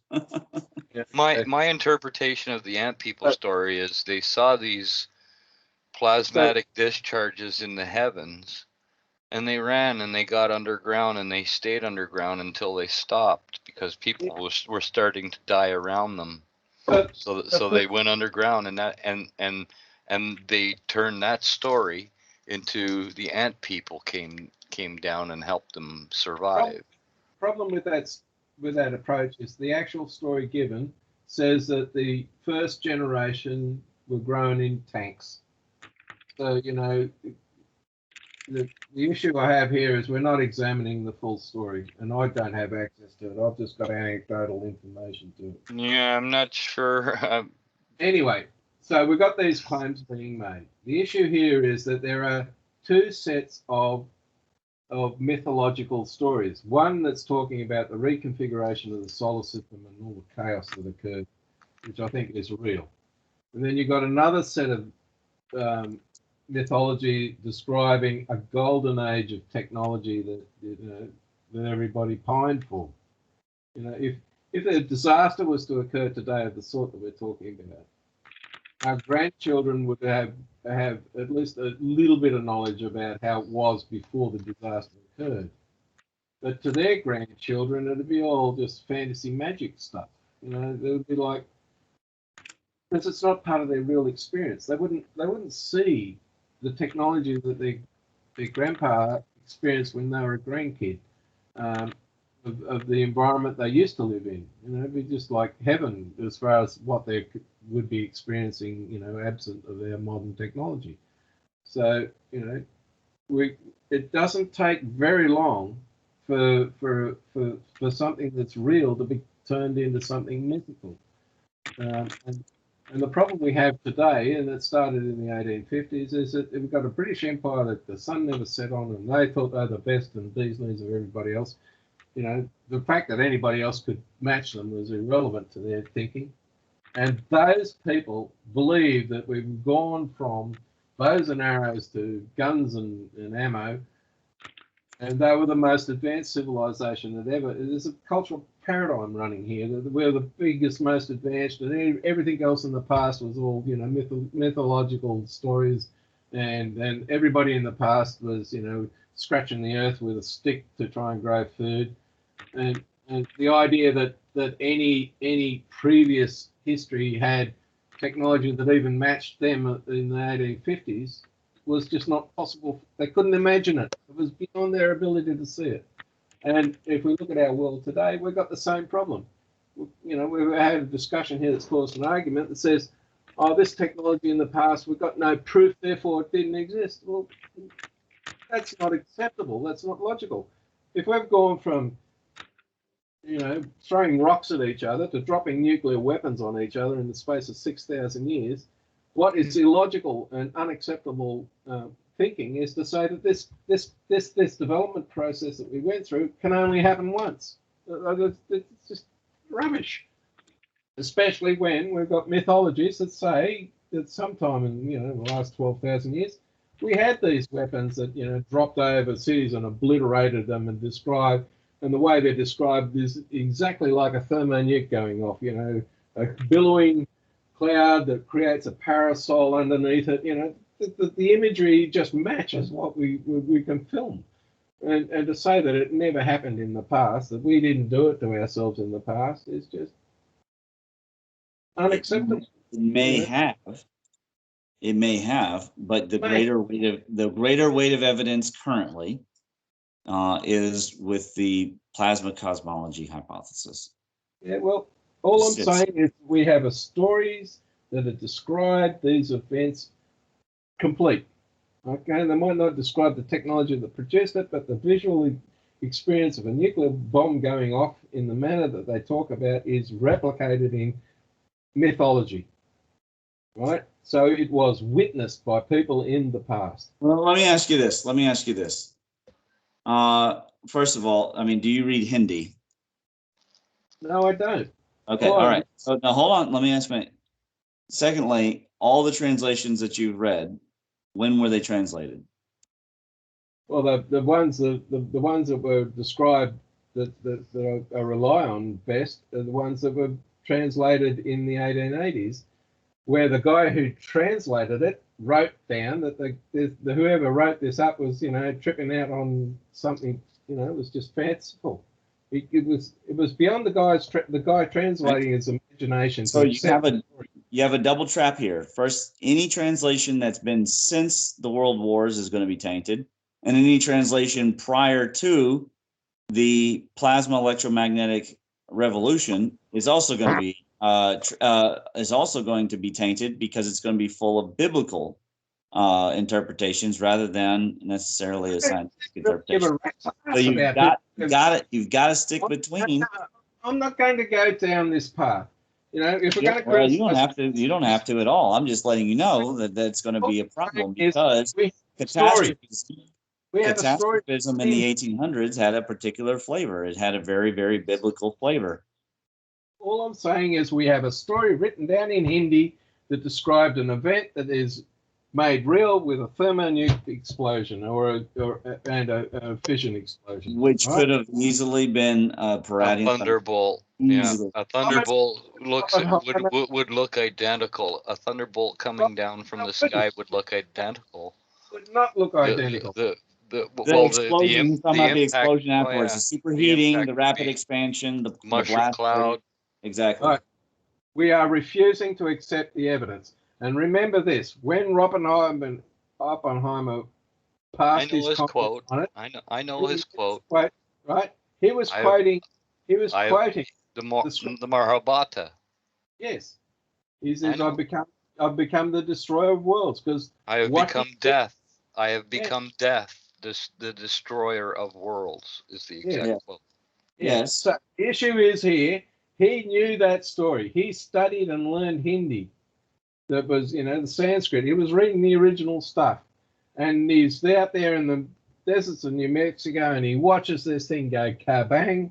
And suddenly the story that he knew of from his reading of the Hindu mythology, there it is for real, right there in front of his eyeballs. Yeah, but he didn't know about thunderbolts, did he? Exactly. It was prior to Dr. Pratt's work, and that number one. Number two, when the Native Americans talked to Thomas Jefferson about it, they didn't say nothing about mushroom clouds. They just talked about thunderbolts being tossed by the great man. Yeah, and but also the great man stomping his foot. Yeah. And destroying all the bad animals. Yeah, there's no reference by in the Chinese form of him stomping his foot. That's Squatter Man lifting his foot, lifting his, and then boom, down. We've got mythology that's describing celestial events, and those events are not the same thing as unless you're Kilroy. If you're Kilroy, you apparently don't believe in these kinds of as cosmic events. Yeah. Well, what we're doing is, first of all, we're configurating all our mythology and saying it's all one story, which I think it's a disingenuous approach to the history that was Who reported. said that? I don't think Well, anyone said. No, that's it's what all we're saying it- right it's now. about it's about interpretation. It's all Right. about interpretation. Interpretation. Your interpretation. You interpret it as atomic bombs. I used to interpret it as atomic bombs as well, until I learned about the thunderbolts and the thunderbolt of the god is Nuclear the explosion. power. The power A nuclear contained in one explosion of is these not. thunderbolts are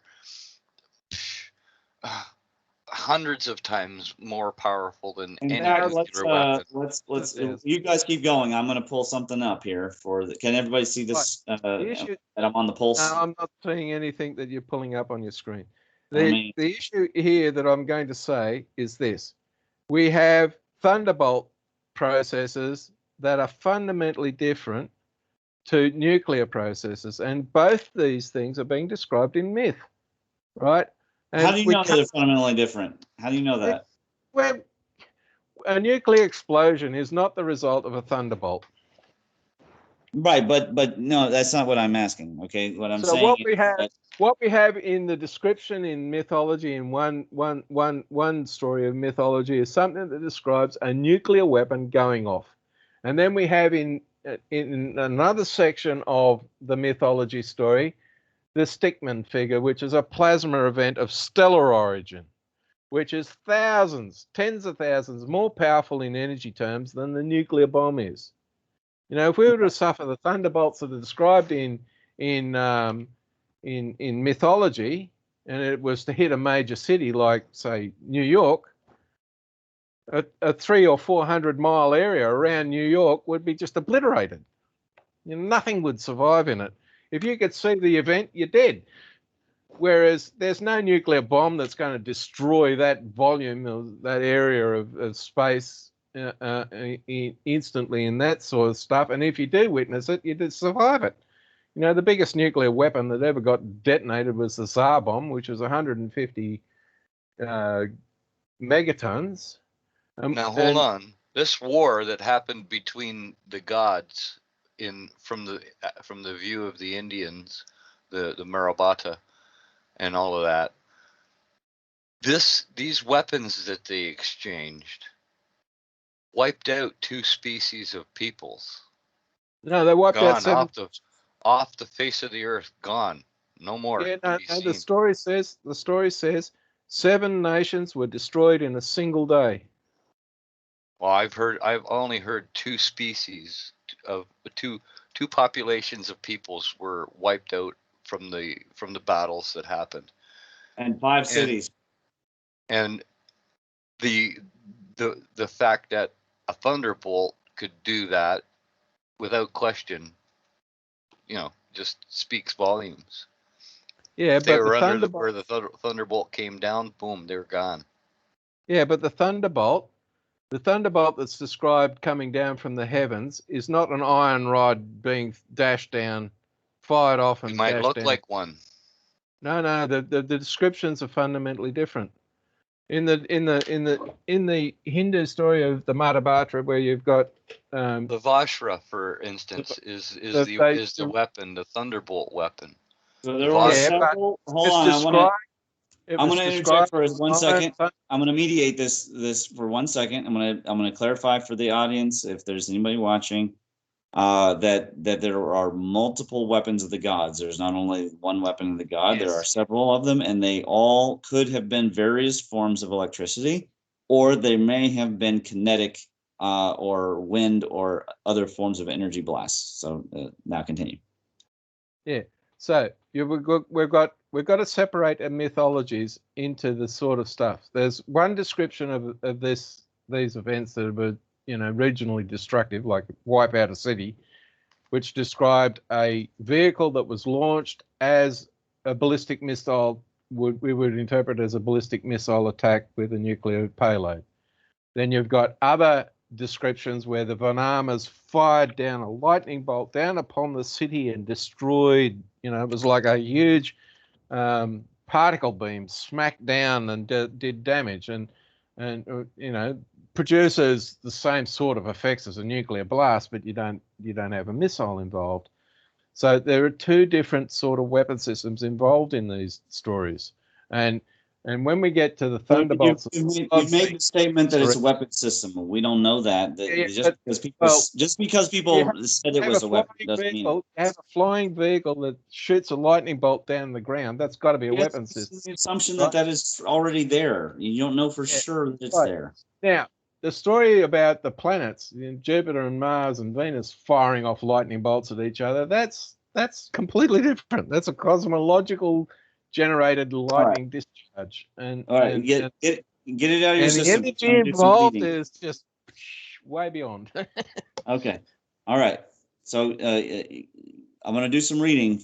This is from the research from my papers here. Okay. And this is for the audience here. So number one, I love this from Sherlock. How often have I said to you that when you have eliminated the impossible, whatever remains, however improbable, must be the truth. And so the first up is the discussion I mentioned to Thomas Jefferson being told by the Native Americans that it was thunderbolts that killed the megafauna. Period. That's the summary of what's being said here, and that there was a shaking in the ground. Then you have the Ojibwa, and the Ojibwa talked about a comet, and then the comet came by and burned everything up. In South America, this is from Hancock's collection here. You have, I believe, a moon goddess, and comes along and creates floods and destruction. So there's so far 3 different kinds of destruction. And then you have another one. We have flood and fire. And it's sort of a Noah kind of situation. The people hide up on a mountain, and is again related to the moon. So remember, in this paper, I go on about the moon later on, as being because we see arc discharge on the moon surface, and it says the sun and moon fell from the sky. So this seems to be talking about the Tiamat myth. Okay, and then we have one last one here. Where it's people and animals are blamed for things that clearly cannot be done by people or animals because the energy levels are they're not dissimilar. If the Earth is the size of a basketball, we are smaller than a flu virus upon it. So it's not something that we're physically able to cause the changes of the sky of the cosmos. However, they interpreted it that way. Flames leaping up all around. And then the Creator came. He sang, and it rained, and there was flooding, and the landscape was baked, and he stomped the earth with a great quake, and the earth split open, and water just came sloshing all around. So it's almost like a mix of a couple of the things, or it is the inking the world order compressed into one event. Because it appears from my study in inking the world order that it's actually describing several sequences of events. Okay, so now in Kentucky here is a Paradian thunderbolt. It's 1,650 meters wide, 56 craters in an octagon, and it's located about 15 miles from me. You can see there's no bow shocks. So this is not an astral bleem. I cover other astral bleams in the paper that are here in this state. This one is an electrical event. About 20 miles northeast of this, there is a sea hinge mound whose mouth faces this, and it has a crater rim discharge, and it fits exactly in this little crater in the northwest side of this of this, sort of almost in the vertice in the northwest end. It fits exactly, and we have that. We have done the Photoshop movement on the Electric View channel, and people can review that video. If you just go to the Electric View, you can do a search for Ramon Thunderbolts or something like that. It's also embedded on the gateway. Now, when we go further into the paper, let's see, where is the table of contents? Is there a table of contents? I may not have updated this paper yet to have the table of contents, so it might take me a second. Right, so what I've got to do here is scroll real quick. So we're going to skip a lot of the different evidences that have been put in here. Rick and I have argued pretty good over this one in particular, because we were arguing polar conjunction here. But there's a lot of really good evidence that's been put in this paper. But we're going to skip over all that evidence of cosmic stuff, cosmic eggs.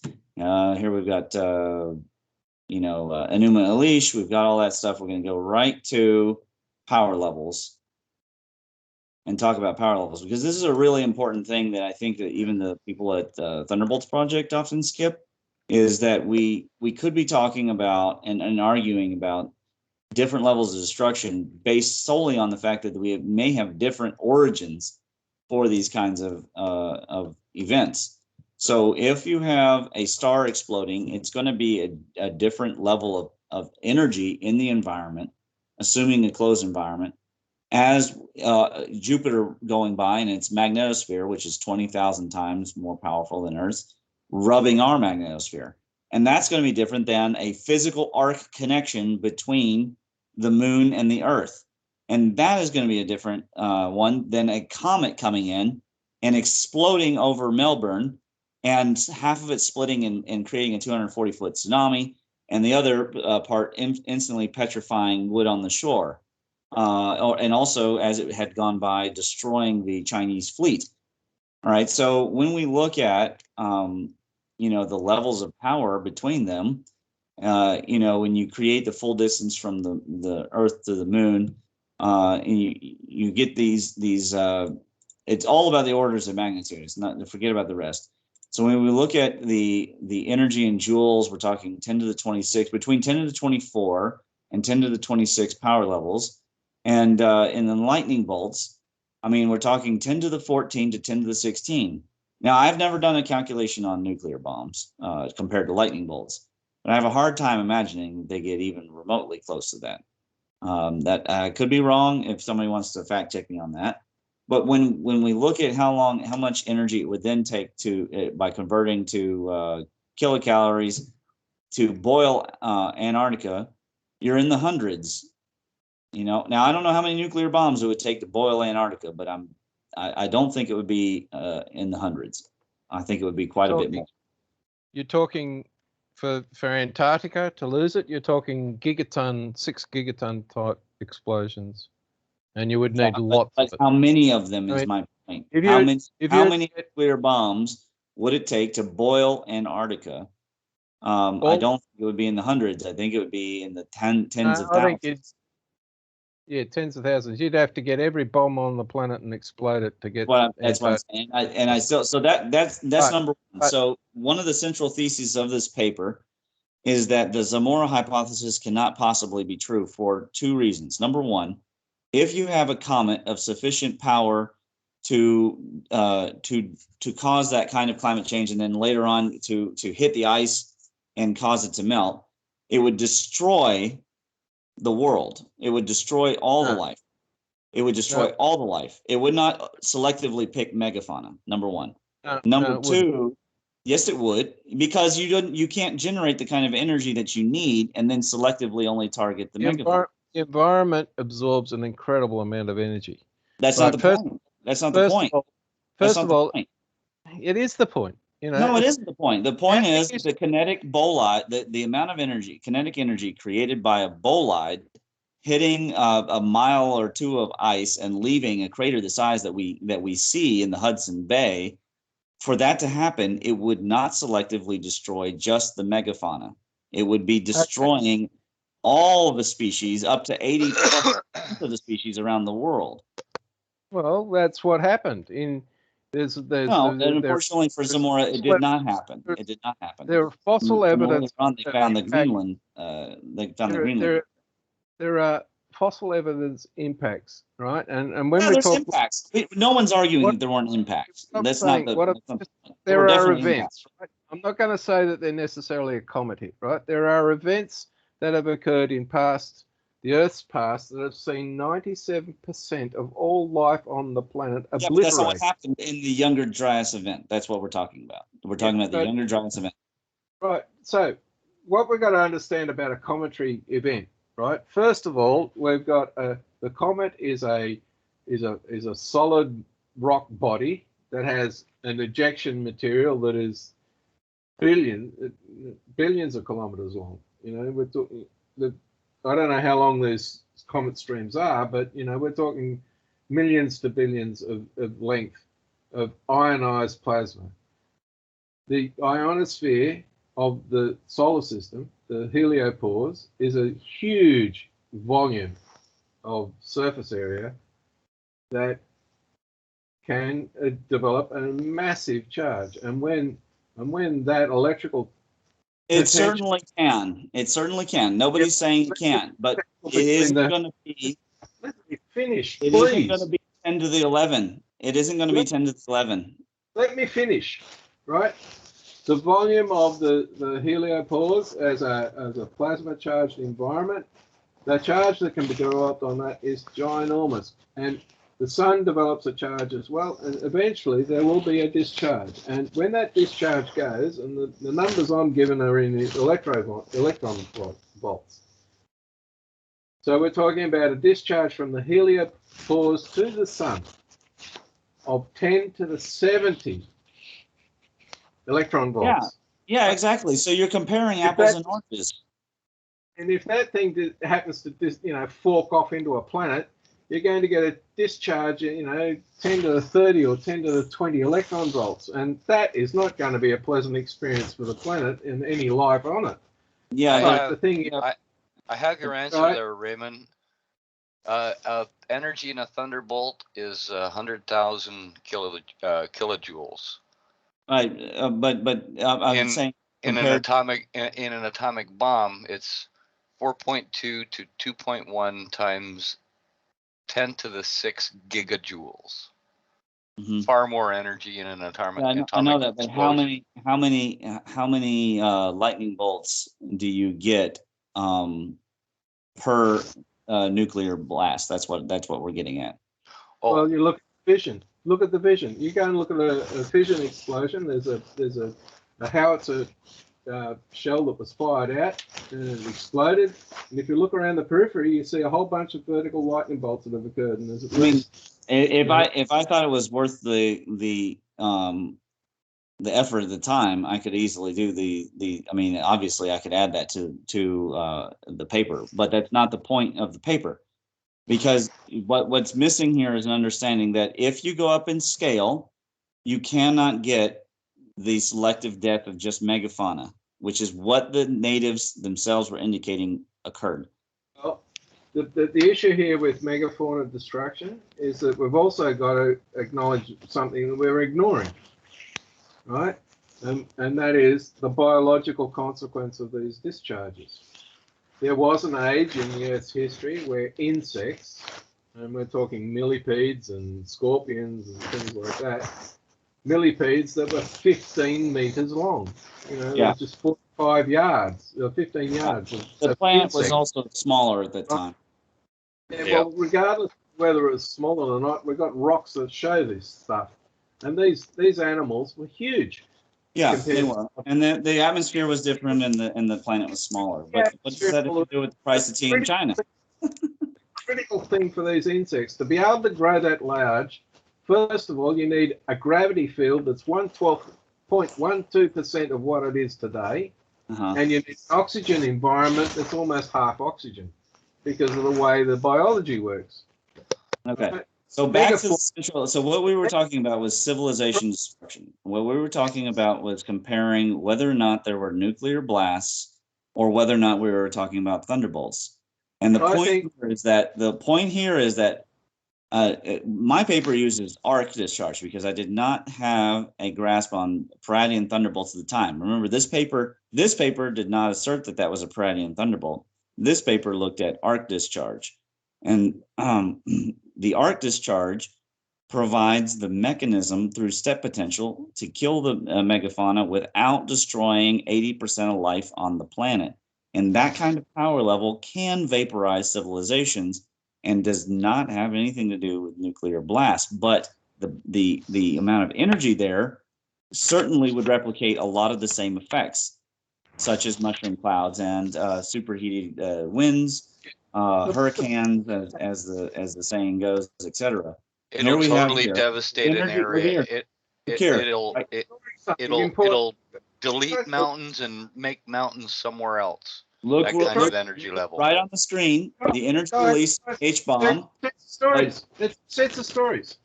Look It's a set here. of stories describing celestial events that trigger change on the Earth.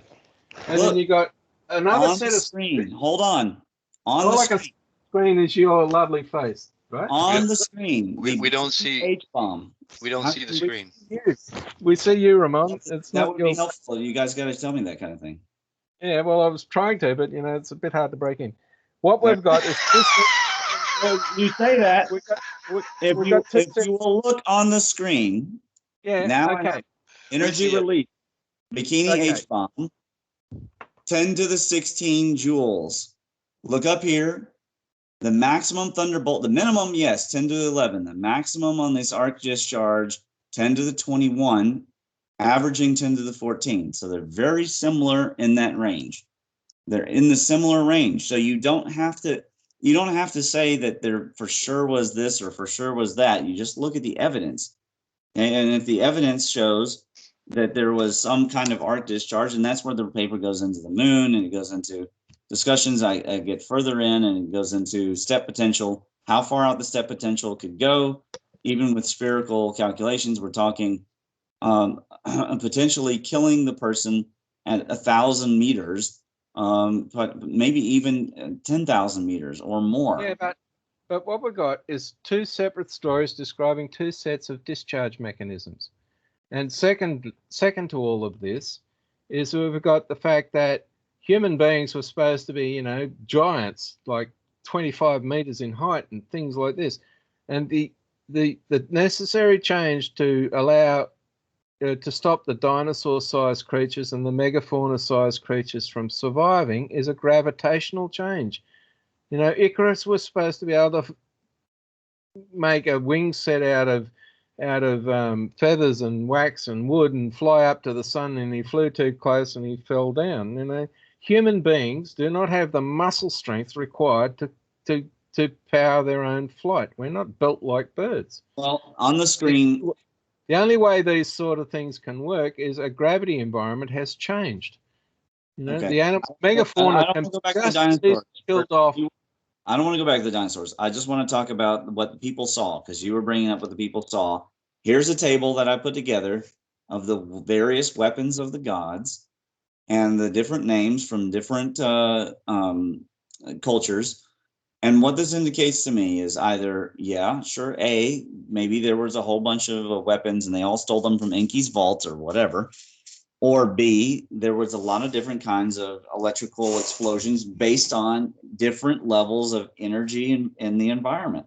And that seems to be a lot better discussion. And it seems to be a lot more precise of a discussion, even though it's not as convenient or as elegant as saying that they took 5 weapons out of his vault and then they used them and released a radioactive gas, etc. I think there have been celestial or solar system-wide events of electrical discharge or electromagnetic discharge. Well, I'm glad you agree. Environmental catastrophe for everything alive, as well as technically advanced civilizations using the sort of weapons that we have currently got our hands on, and some more. I mean, I'm aware of a particle beam weapon that could be just as devastating as an electric blast or a nuclear weapon. You got railgun technologies. One of the things they were developing was let's create this 10-ton iron spike and just drop it on a city. And a half mv squared will take care of the problem below. So there are a variety of mechanisms where huge quantities of energy can be released, and you're going to get a fireball, and you're going to get winds and all the rest of it that come with it. That in gross terms, you say, well, what's the difference? Not much. All these sorts of events kill off anything that's alive in a certain radius and do a lot of damage. But the reason why we don't have gigaton nuclear bombs being dropped on the planet is that they're not that effective. If you wanted to wipe out a a metropolis of the modern era with nuclear weapons, you use the Hiroshima bomb and you just drop off, 150 in a star pattern around the city and obliterate everything. One big bomb won't do the job, but 20 or 100 would do the job and not be anywhere near the sort of energy rule. Before I move on with this page, it's totally possible that each of those 5 cities that was destroyed, or 2 according to the Bible, had some kind of electrical attraction apparatus, something similar to a pyramidion on top of a ziggurat or whatever, and attracted a thunderbolt. But it seems to me much more likely that the entire atmosphere was saturated with charge. That's what I'm saying, is that it was an event that would saturate the environment with charge, and or when the Watcher moved close to Tiamat's body, that the moon physically moved close and there was an arc discharge. Rick, look at this. I never noticed before, but the Serpent Mound that I went and surveyed in Kentucky may actually not be as much of a serpent so much as like Stone Mountain, the approach of Venus and Mars together, just like Avebury. So I'm going to have to go back. It's a stone thing. It's a little bit kind of hard to get to because it's on private lands, but fascinating. I never noticed that before. So the second paper, when I actually go into the Thunderbolt shape, and here we see the sea hinge mound. And remember, the mound points towards the Thunderbolt. So this is smoking gun evidence. I just want to make sure I emphasize that there may have been nuclear blasts back in the day destroying civilizations, but we definitely have a Palladian Thunderbolt. And so we have a smoking gun, and it's pointing to, and then we were able to step through and we're able to look at voltage and energy calculations, using the same kind of method, except for using Peratt's work. And then the model ends up within, I think, 1 order of magnitude difference with Peratt. And I wasn't using supercomputers. I wasn't using supercomputers. I was going to say I that think you have to also think about these sprites that we see for split seconds in the sky. What about the sprites reaching down, because the atmosphere is now supercharged with electrical energy, reaching down, carving out the ground, destroying, electrifying massive areas of the planet itself. These events do occur. And here, so they've happened in our recorded history. They've occurred in recent times as well. Based on what I'm saying is that either of these solutions have had. Well, I'm being a bit more blunt. Both these sorts of events have occurred. We've had nuclear events and we've had electrical, what we call electrical events. So based on table 2, the Palladian Vajras are 484% larger than when I used magnetohydrodynamics to calculate. So in other words, Peratt was coming up with something 2 orders of magnitude here, 484% larger. So as I said, 150 to 250,000 bolts of typical lightning. You can go ahead and add a 0 or even 2 zeros on there. Well, the Earth in its current location. That's a lot more. 100 seconds of solar radiation at the Earth's orbit is sufficient energy to stop the Earth from spinning. 100 seconds. Right? That's not almost 2 minutes of collection of energy. And I think that Earth-based lightning doesn't start necessarily inside the atmosphere. I think it starts outside the atmosphere. That might be very well true. I just want to point out again, if Gould's model is correct, and remember Gould's model is three orders bigger than Peratt's, then he's reckoning a Thunderbolt is worth 17,462 H-bombs. So yes. Peratt's reckoning would be 17 hydrogen bombs. So that's the point. That's the point that Rick and I are making. There's plenty of energy without having to nuclear weaponry. The thing that amazes me is that we're not getting smacked around with these things all the time. So give it time. Yes. Well, you've got to have you got to have the Earth looking positive for an electrical discharge. That's one of the necessary conditions. And when we're talking cometary impacts, I think Wild Thornhill's dead right. You know, the conditions don't exist anymore. Yeah, the solar system has currently changed and is probably recharging and collecting and, you know, charging, being deposited on various surfaces, etc. But it's a fast thing. Nothing's close enough to anything to discharge to anymore. Well, I don't agree with that. I don't agree that we're not close. The only thing that can discharge to us nowadays is the tail of a comet. If the tail of a comet crosses the path of the Earth, we're going to get a discharge. Correct. However, people get God after that. That's one way of doing it. Yep. The second way of doing it is that we have the Earth has got to look like a positive structure, a positive charged object compared to a highly negative charged object. And if those two occur, then there will be a discharge if we're close enough to each other. And that's the second type of discharge that's occurring. What we've got to remember for all the planets in the solar system other than the sun is that all those planets are, as far as the sun is concerned, negative charged.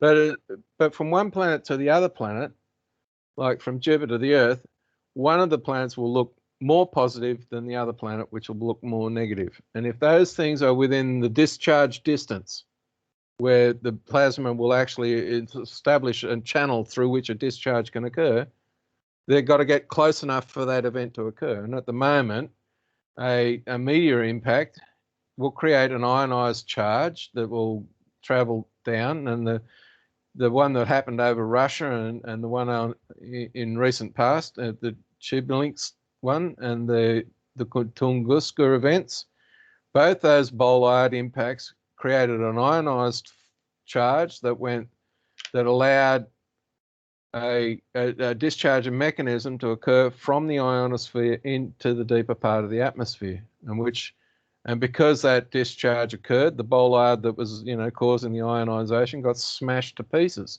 obliterated.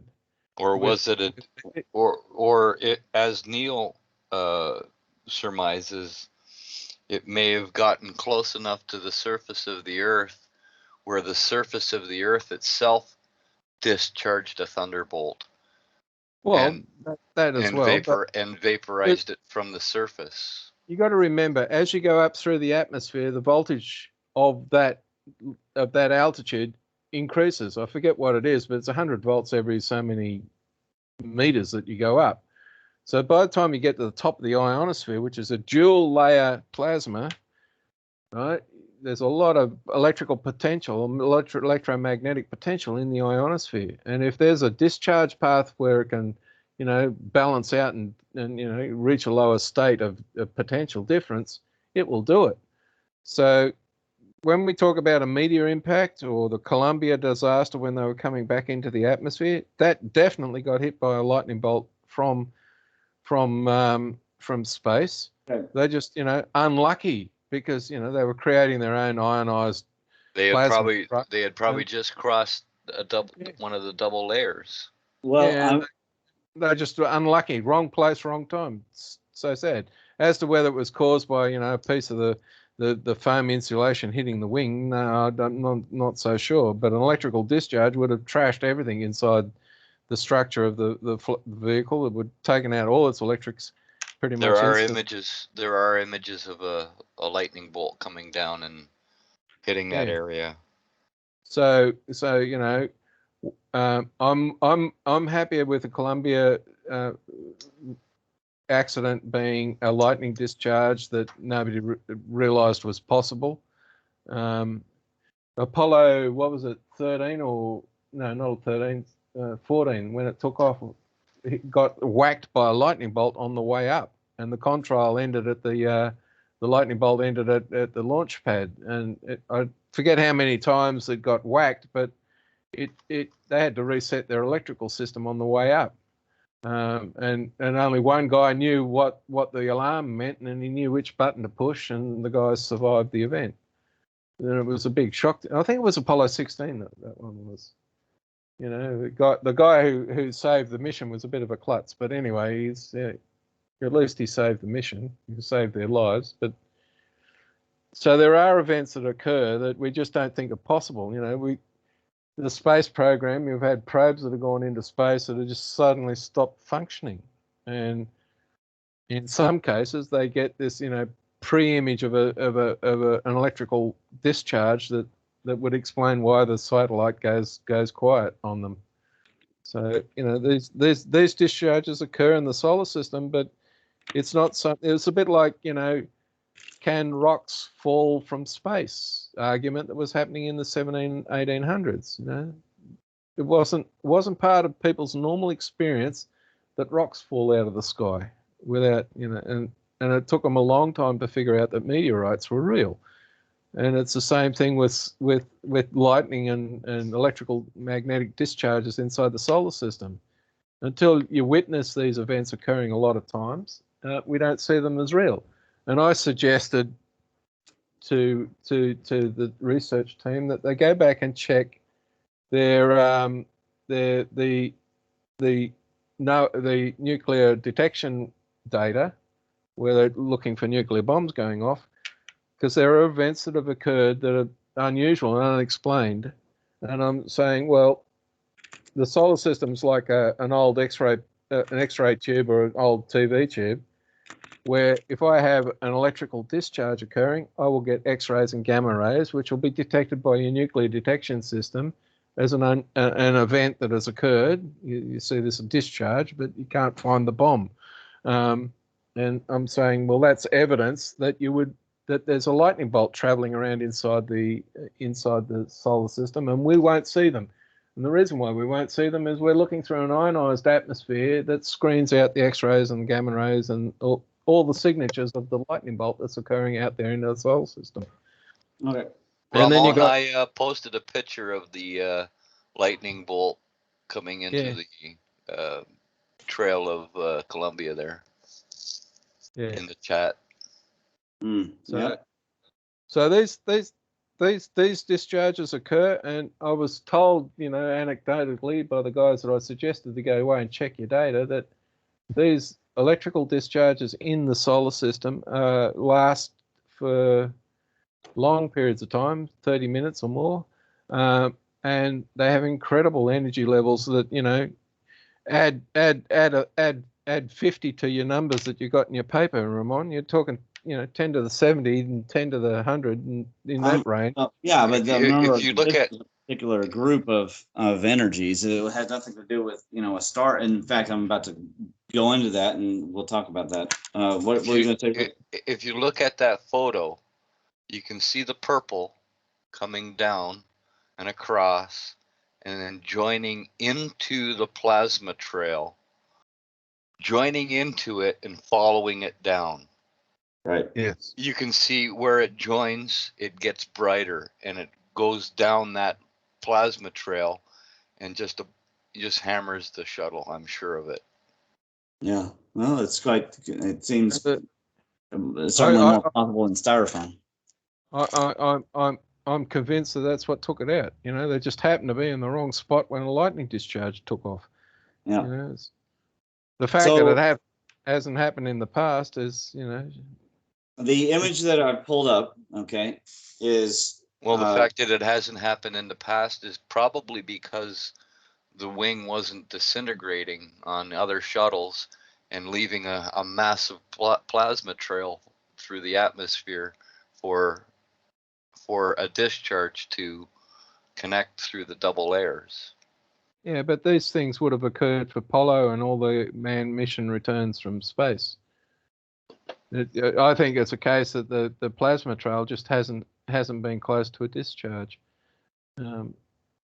But yeah. Anyway, Ramon, describe it. It could have been that way, or could have induced it. But anyways, go ahead. I want to go back to the Younger-Dryas event and talk about when Shamash is already. Forget about the part where it explodes. Obviously, that's going to shower tons of energy into the environment. Based on that rock art from Utah, there was material energizing everywhere, and then you know, one appendage comes out and then creates a thunderbolt. That's the Native Americans' view of it. Had nothing to do with Vimanas or anything like that. But in this case, when we have two large bodies that are now rotating around each other, it is not a given that they are rotating equidistant at all times.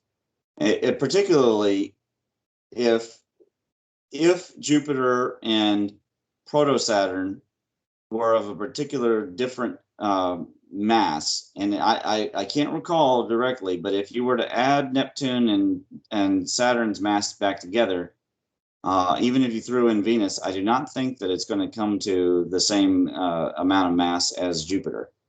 And so now you have a differential. First of all, you have a differential in mass. Then you have a differential potentially in where the barycenter is. And now these different magnetospheres of two bodies, one that is more positive than the other, because that's just, the divorce is not equal. They're going to be generating. And the most important part is we are still rotating around the two, because we were going around the star. And so now it's generating induction at incredible levels. And occasionally we are going to stray within the electromagnetic fields being generated by this mutual generation. Or their Van Allen belts. Then it breaks down further. We'll skip this one. We'll come to this. When now you have Neptune emerges out of Proto-Saturn, and potentially Uranus too. We haven't ruled out for sure. We think that it's a part because the myths say, I am a part and separate from Zeus's mind. And we see the tilt angle of Uranus does not match, and we need a nibber / nemesis anyways. And the myths, you go from seeing 3 to suddenly there are all these plasma glyphs with 4 Maltese crosses suddenly under the power of the one god. And we know that the one god was also named Tetragrammaton. However, in the beginning, we have now this is one solution of an attempt to solve a 3-body problem. And what we notice is that there is potentially a highly chaotic system that from above, or from our perspective on Earth, may have looked like some kind of triquetra behavior. But from a more objective position, for at least some time, here we are following along with one body, potentially, let's say, Proto-Saturn, and then it passes near to Neptune, and boom, we get handed off. Suddenly, Shiva is Lord, and we have destruction all about for an unspecified period of time. It could have become highly radioactive. We could have easily been moved through a plasma sheet. It could have showered the Earth for hundreds of years, maybe thousands of years, made it difficult to live. It would be very easy to destroy evidence of old civilizations. It would be very easy to buckle the land, to cause the rift valleys to open up, for the Azores, if that was where Atlantis was, to collapse down into the bottom of the ocean. It would be all too easy for the forces to provide. So this is for the general audience. This is not for either of you guys. This is just for people out there who are trying to wonder, how is it possible that thunderbolts could lead to the end of an Atlantean civilization? It's very easy. The crust itself is paper thin as compared to the diameter of the Earth. It is overall technically kind of smooth. And the kind of forces that would be generated by these bodies, which have way more power in the new solar system, Conquering the Solar System paper, I have the power levels all listed, and it's a unique table. I don't think anybody's ever produced a table like it, so people can review that. But it's really like comparing, an adult boxer to like a 4-year-old. If the 4-year-old comes along and kind of like punches you in the leg, you kind of go, "Oh, you little tyke," and you tassel their hair, right? And if a 200-pound heavyweight boxer punches you, with the power of Rocky Marciano, it ends your life as you previously knew it. You will not be the same person afterwards. And these kinds of energy levels were present for some period of time before there was some equalizing effect that created the golden age of the gods and created this Lagrange solution. And we don't know what conditions would have enabled suddenly the Lagrange to take place, but we have lots of earthworks that suggest that this took place, and it wasn't exactly symmetric like this; it was asymmetric. However, it streamed for a while, and it was a world's tree. And this was thousands of years after these potential events. So this appears, from my hypothesis, to be the difference between the Tepe period and when people reemerged and began having agriculture again. And the energy levels were getting slowly lower, because then after this event, when these discharge, then you end up with the whole era of the Mars and Venus, and the power levels are much less at that point. And when the moon comes in and connects an arc discharge with the Earth before the Mars Venus, that is still a relatively large amount of electricity, but it's much, much smaller than what would have been occurring when these bodies, these three bodies, these gas giants, are rotating around each other, and let us not forget, potentially now interacting with the sun. If the sun wasn't previously nearby, it was approaching. And this changing environment, the most important thing is the changing of the environment, because the changing of the environment is what's generating all of that EMF. Well, Jupiter threw a thunderbolt at Apollo. And I would say more than once, where there going to be. Apparently there's only one. You're talking about when, as Sol approaches, or Apollo. Well, the thing, Apollo there isn't a planet called Apollo. So did it get destroyed? Apollo is the sun. For our audience, I'm just gonna. There's a Wikipedia site that lists the solar system objects by size. Jupiter is about, just shy of 2 million by 10 to the 21 kilograms. Saturn is nearly 600,000 by 10 to 21 kilograms. Uranus is 86,000 by 10 to the 21 kilograms. And Neptune is 102 by 10 to the 21 kilograms. And the Earth is just shy of 6,000 by 10 to the 21 kilograms. So if we were to get all the planets other than Jupiter and add them all together, we still wouldn't match Jupiter's mass. Correct. So the issue here is that we're talking, if we're going to talk about energy in terms of mass times a half mv squared and all that sort of stuff, because mass is actually a measure of energy, the amount of energy we're talking about when we're talking about stellar objects is beyond the pole. You can't. Well, there's a table that I did specifically where I have all the different energies. These are huge. Finish your point. I'll bring up the table. But what we have here is a mass and radius and all that sort of stuff measure of the stellar objects that we have. What we do not have available to us is how much electrical charge do these objects have independent of each other. What's the electrical potential of the sun, which is a positive environment, electrically positive environment? What's its actual absolute value in electron volts? Nobody's got any idea of what that is. And the same is true for all the planets. We don't know how much negative is Jupiter and how much negative is Earth and how much negative is everything else. I think Don Scott has hypothesized that the sun receives 10 billion amps of power. Yeah. Well, that's only 10 billion, is only 10 to the 9 amperes of input.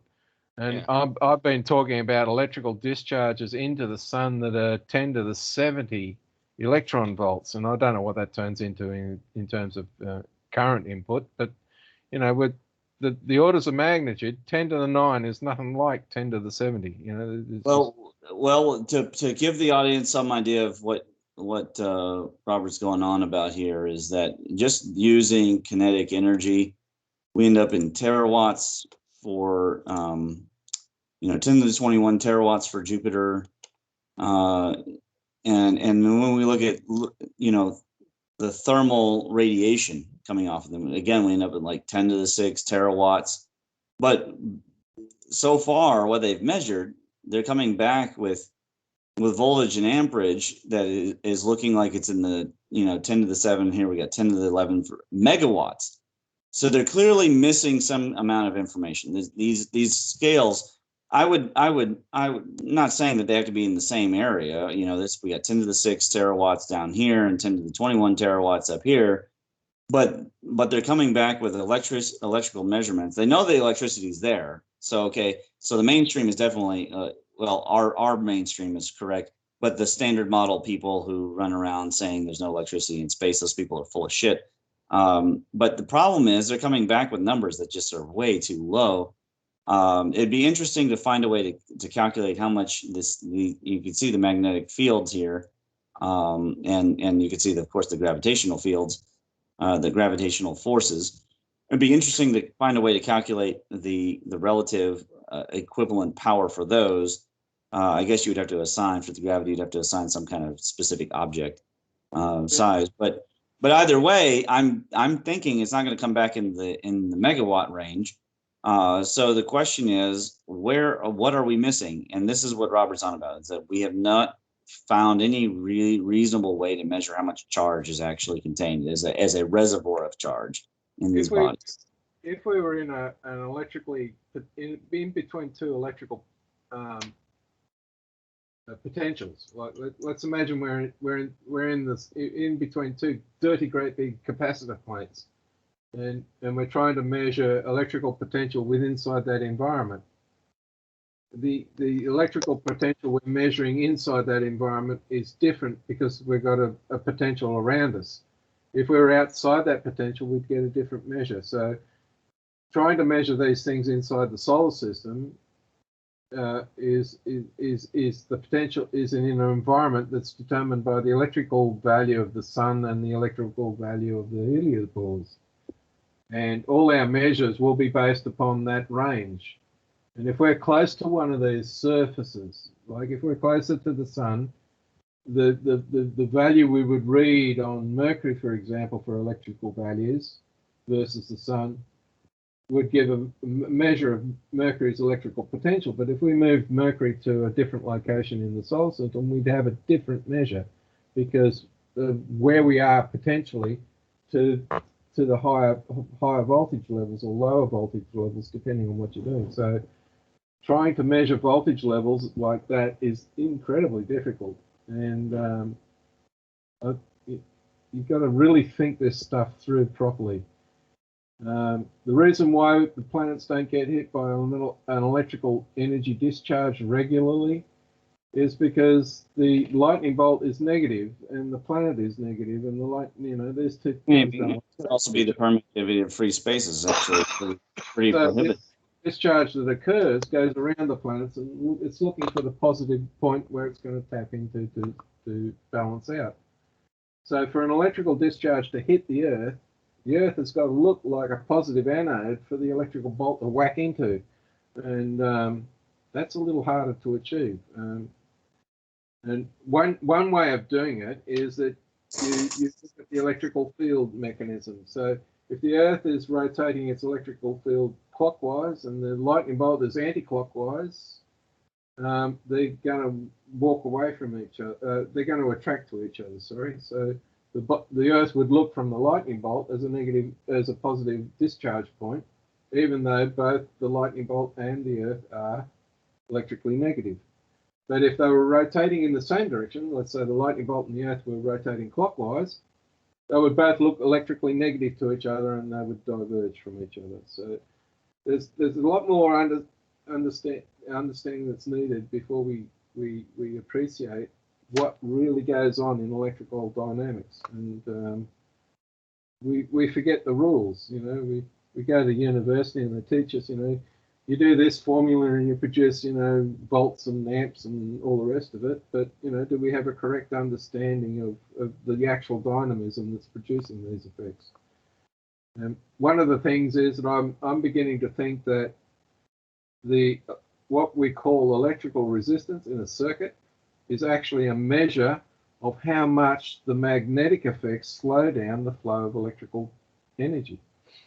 It's not actually the moving electron being resisted by the other electrons. It's an interaction of the magnetic properties of the field that produce these effects. Probably. Yeah, you're probably right.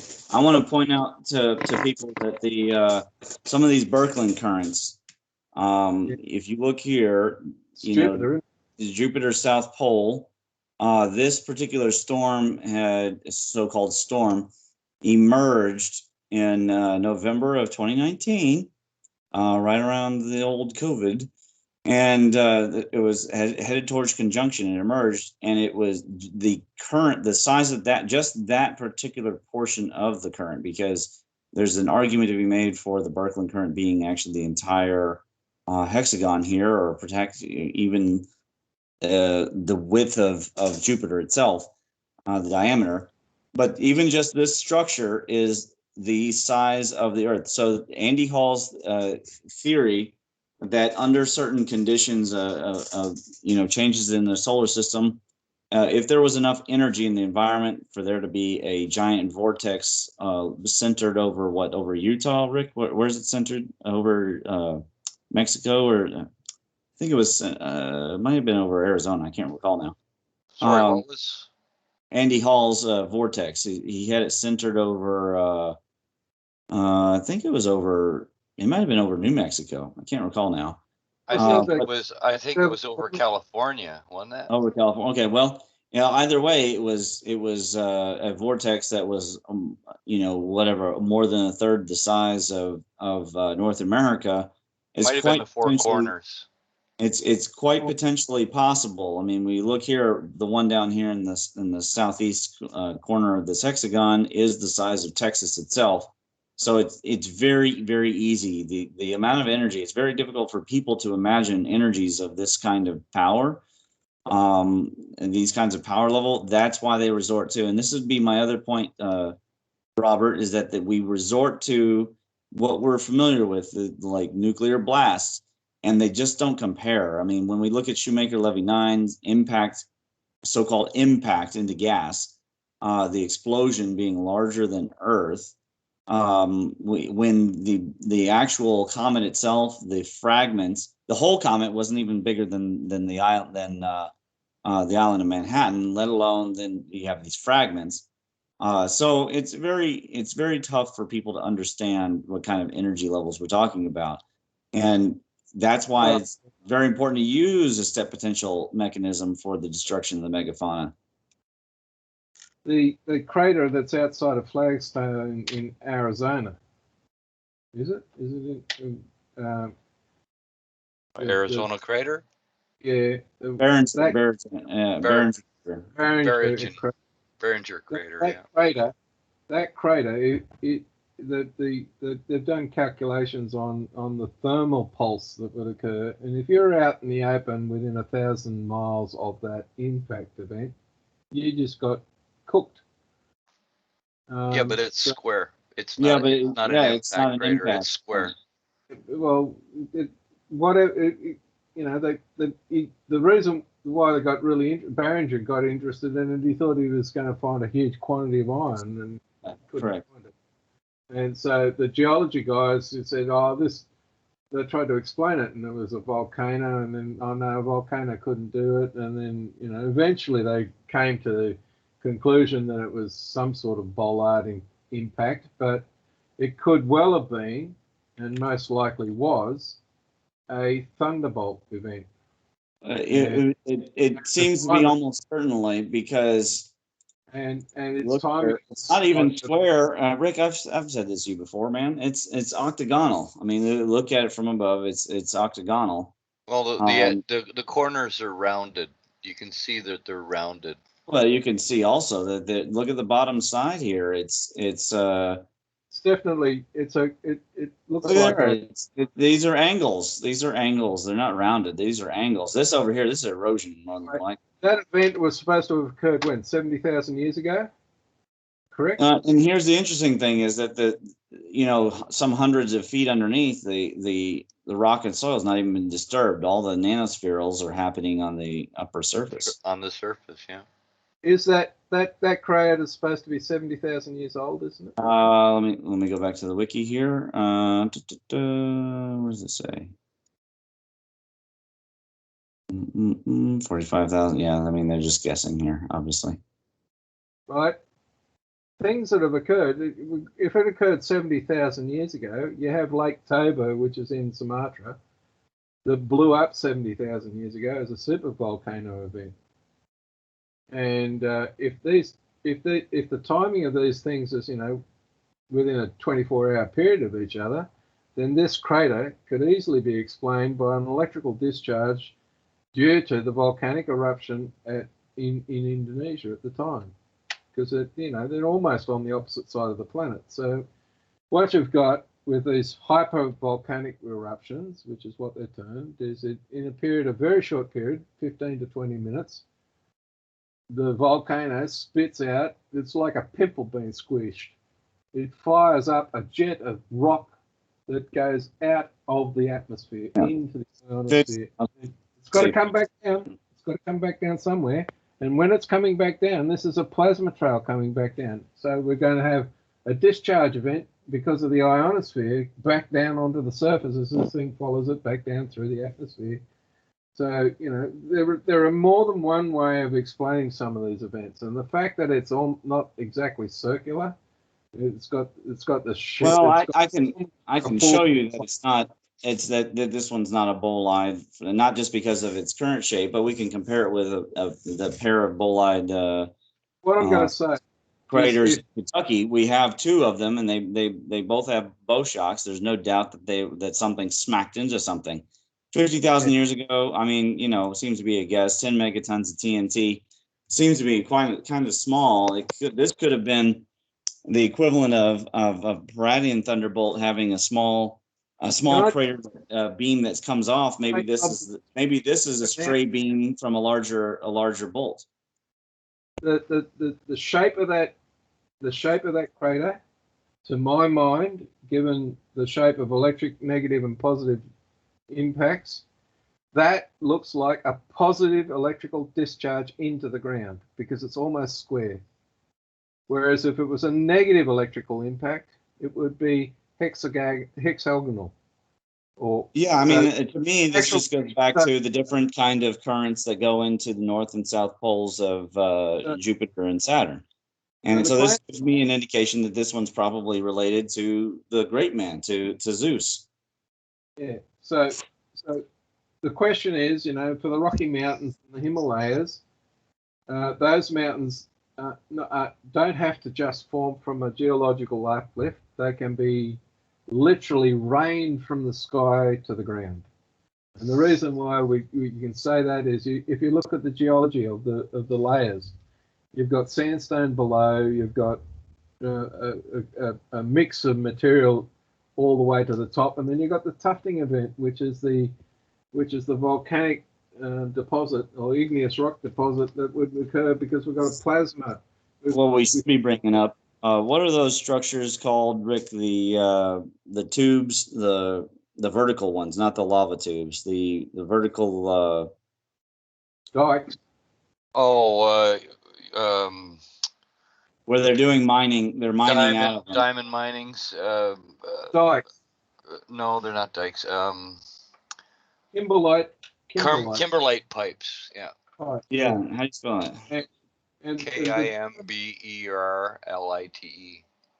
The discussions I've been having with my colleague, because he's really into this sort of stuff, is that we've had a series of discussions about this, and I said, if you have the right sort of electrical thunderbolt hitting the surface, following a watercourse down, it will produce a kimberlite pipe straight down to the depth that it goes to discharge into the lava level of the stuff. It will literally drill from the top down, exactly as it's described there. It's not a volcanic event from below. It's a volcanic... It'll go.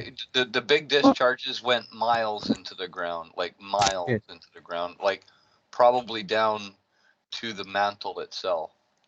Well, down to the lava level at least, or where you got liquid rock. Yeah. But it's following water down. So, you know, whether it's, you know, following an Oh, existing where hole. the ones that are going down to the lava, I don't think they're following water down. I think their The charge water's is so following the great. geology. Their charge is so great. They're trying to penetrate right down into the core. Yeah. Right. To But the other thing their that, energy right down into the plasmoid itself. the other thing that will occur with these discharges, it will, as this discharge mechanism progresses, it will actually rip material. It'll lift material from the depths right up to the surface. It'll just literally, it's like a vacuum pump. It just sucks it up. This is neat. That we haven't covered this. I don't think anybody's covered this. So this is new ground for the community at large. We've talked about kimberlites, I've but mentioned we this haven't done. before about the Australian But we legend haven't that done the the map. snake, yeah, the snake that came out of the ground and 150 Right. miles Yeah. later, But it went so back into the kimberlites have ground, been and there covered. was 2 diamond mines there. Kimberlites have been covered. The diamonds have been covered, but what has not been, I don't think anybody's ever pulled up this map. So this is really interesting because where are the stories that we were covering in my paper? We had first of all here in Kentucky, the Delaware, talking about what happened at the Big Bone Lake. So you look, there's a whole cluster in the Ohio River Valley. Fascinating. Then you had the Navajo, right? So here in the Southwest, some kimberlites. Then it talked about the South Americans. It'd be interesting to find out where those specific tribes were. But we have a cluster happening in South America, and if they strike there, they will spread out, and that could explain why because South America had a mastodon that went extinct as well.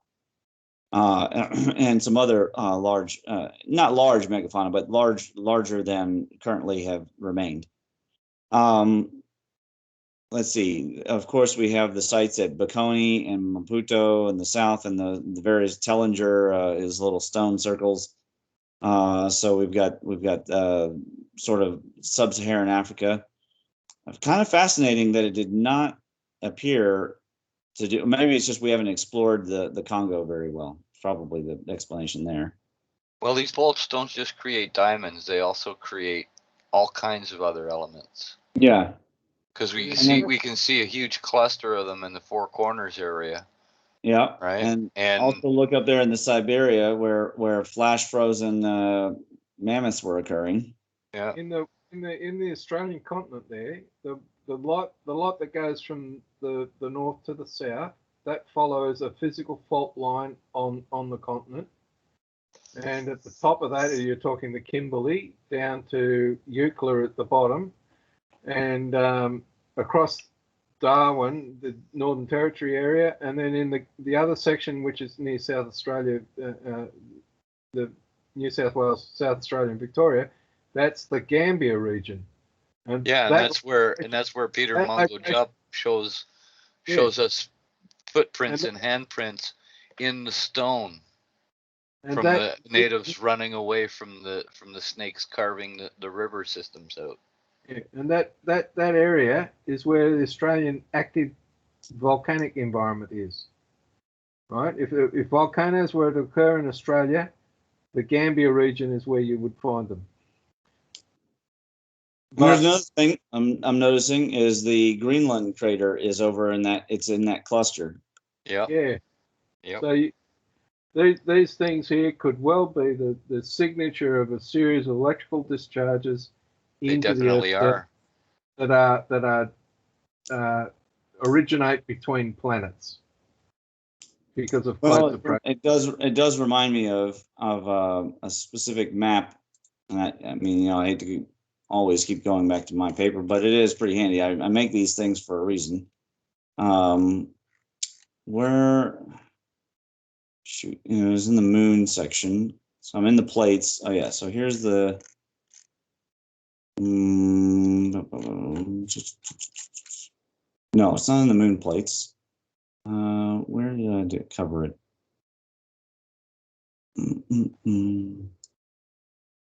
That I think that possibly what could have been happening is the straying of the moon. Well, first of all, I did show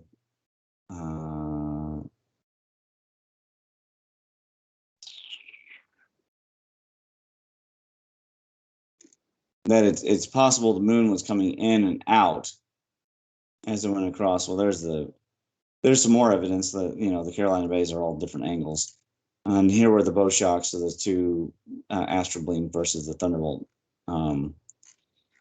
Let's see if it's around.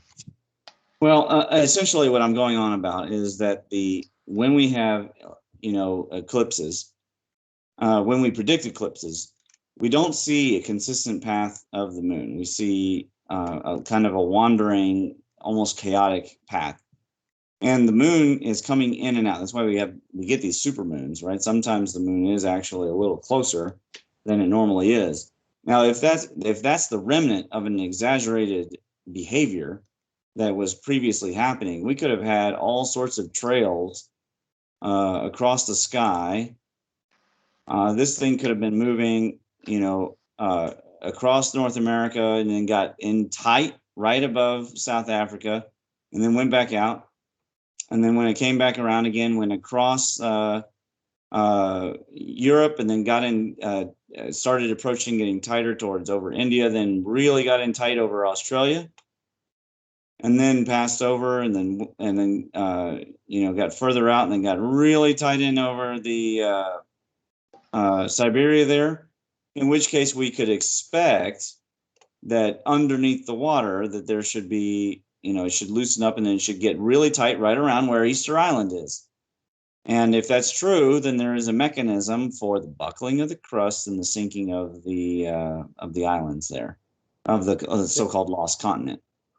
And then it could have done this over and over again until enough discharge had happened between the Earth and the Moon to satisfy the event, and then it kind of pulls out. I mean, we don't know, but this is interesting. It's really fascinating. Yeah, certainly, we got to explain the desert bands because it does look, when you're just blushing across, looking at the Earth, like certain regions got it worse. Yes. And look at it over here. There's a kimberlite site near to the Raquette. So, I mean, it just seems very likely that there's something moving across the surface and zapping. Looks like to me it came down just through remember the Hudson's Bay area down towards where the tip of Africa is on an angle. That's what I was saying, is that it's come down. That's what I'm saying, is that it's come down and it was approaching and getting closer, and they got really tight for the probably like the first pass right over South America, and then it had a couple of like times that it came in closer, then went back out again, and that's typical of satellites. We launch our satellites. We have that currently. I think they call it aphelion, and I forget what the other word is. Thing for the audience to pay attention to is that orbits are not circular; they're not ellipses. Correct. They're helical, right? Yeah. And what we've got is we've got a tube arrangement where the diameter of the tube of orbit, if we want to talk about that, can oscillate in and out. And so it's not a perfect circulation. But that path is helical, and because it's helical, you've got the golden ratio involved in that, the golden number. And because it's a circular rotation, you get the value of pi coming into that structure. So what you've got to understand is an orbit, as described, is not what's shown in the typical diagrams. It's actually a corkscrew, a motion on a reasonably stable diameter of rotation, and this is true for the sun. It's true for all the planets. And what you've got is helical orbital paths inside helical orbital paths, and with those helical rotational mechanisms, the paths being traveled, the actual overall path that can occur will knot like a rubber band. So when it knots, you get a plasmoid. When it relaxes, it all disappears. But there's a limit to how much you can confine the helical path before it just chucks away energy, which is when you get these gamma ray bursts and things like that occurring. So gamma ray bursts, they say that they're deep space structures, energy releases, but I think they can happen way, way closer than that. They can happen within inside the solar system. All you need for a really powerful radio or gamma ray burst is a tight, confined discharge tube of a Birkeland current. And it's just a case of how many volts are involved and how many amps, and that will generate these materials. Just a second, I've been distracted by something. I'll be back.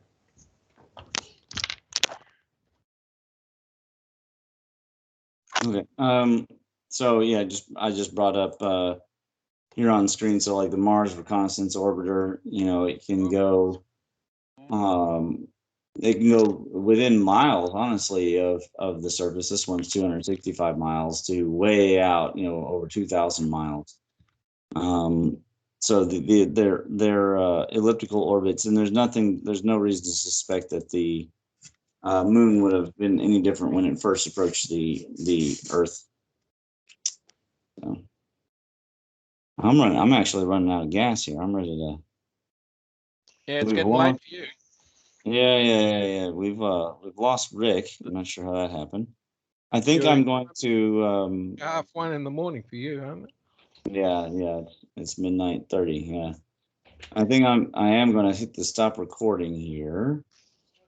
And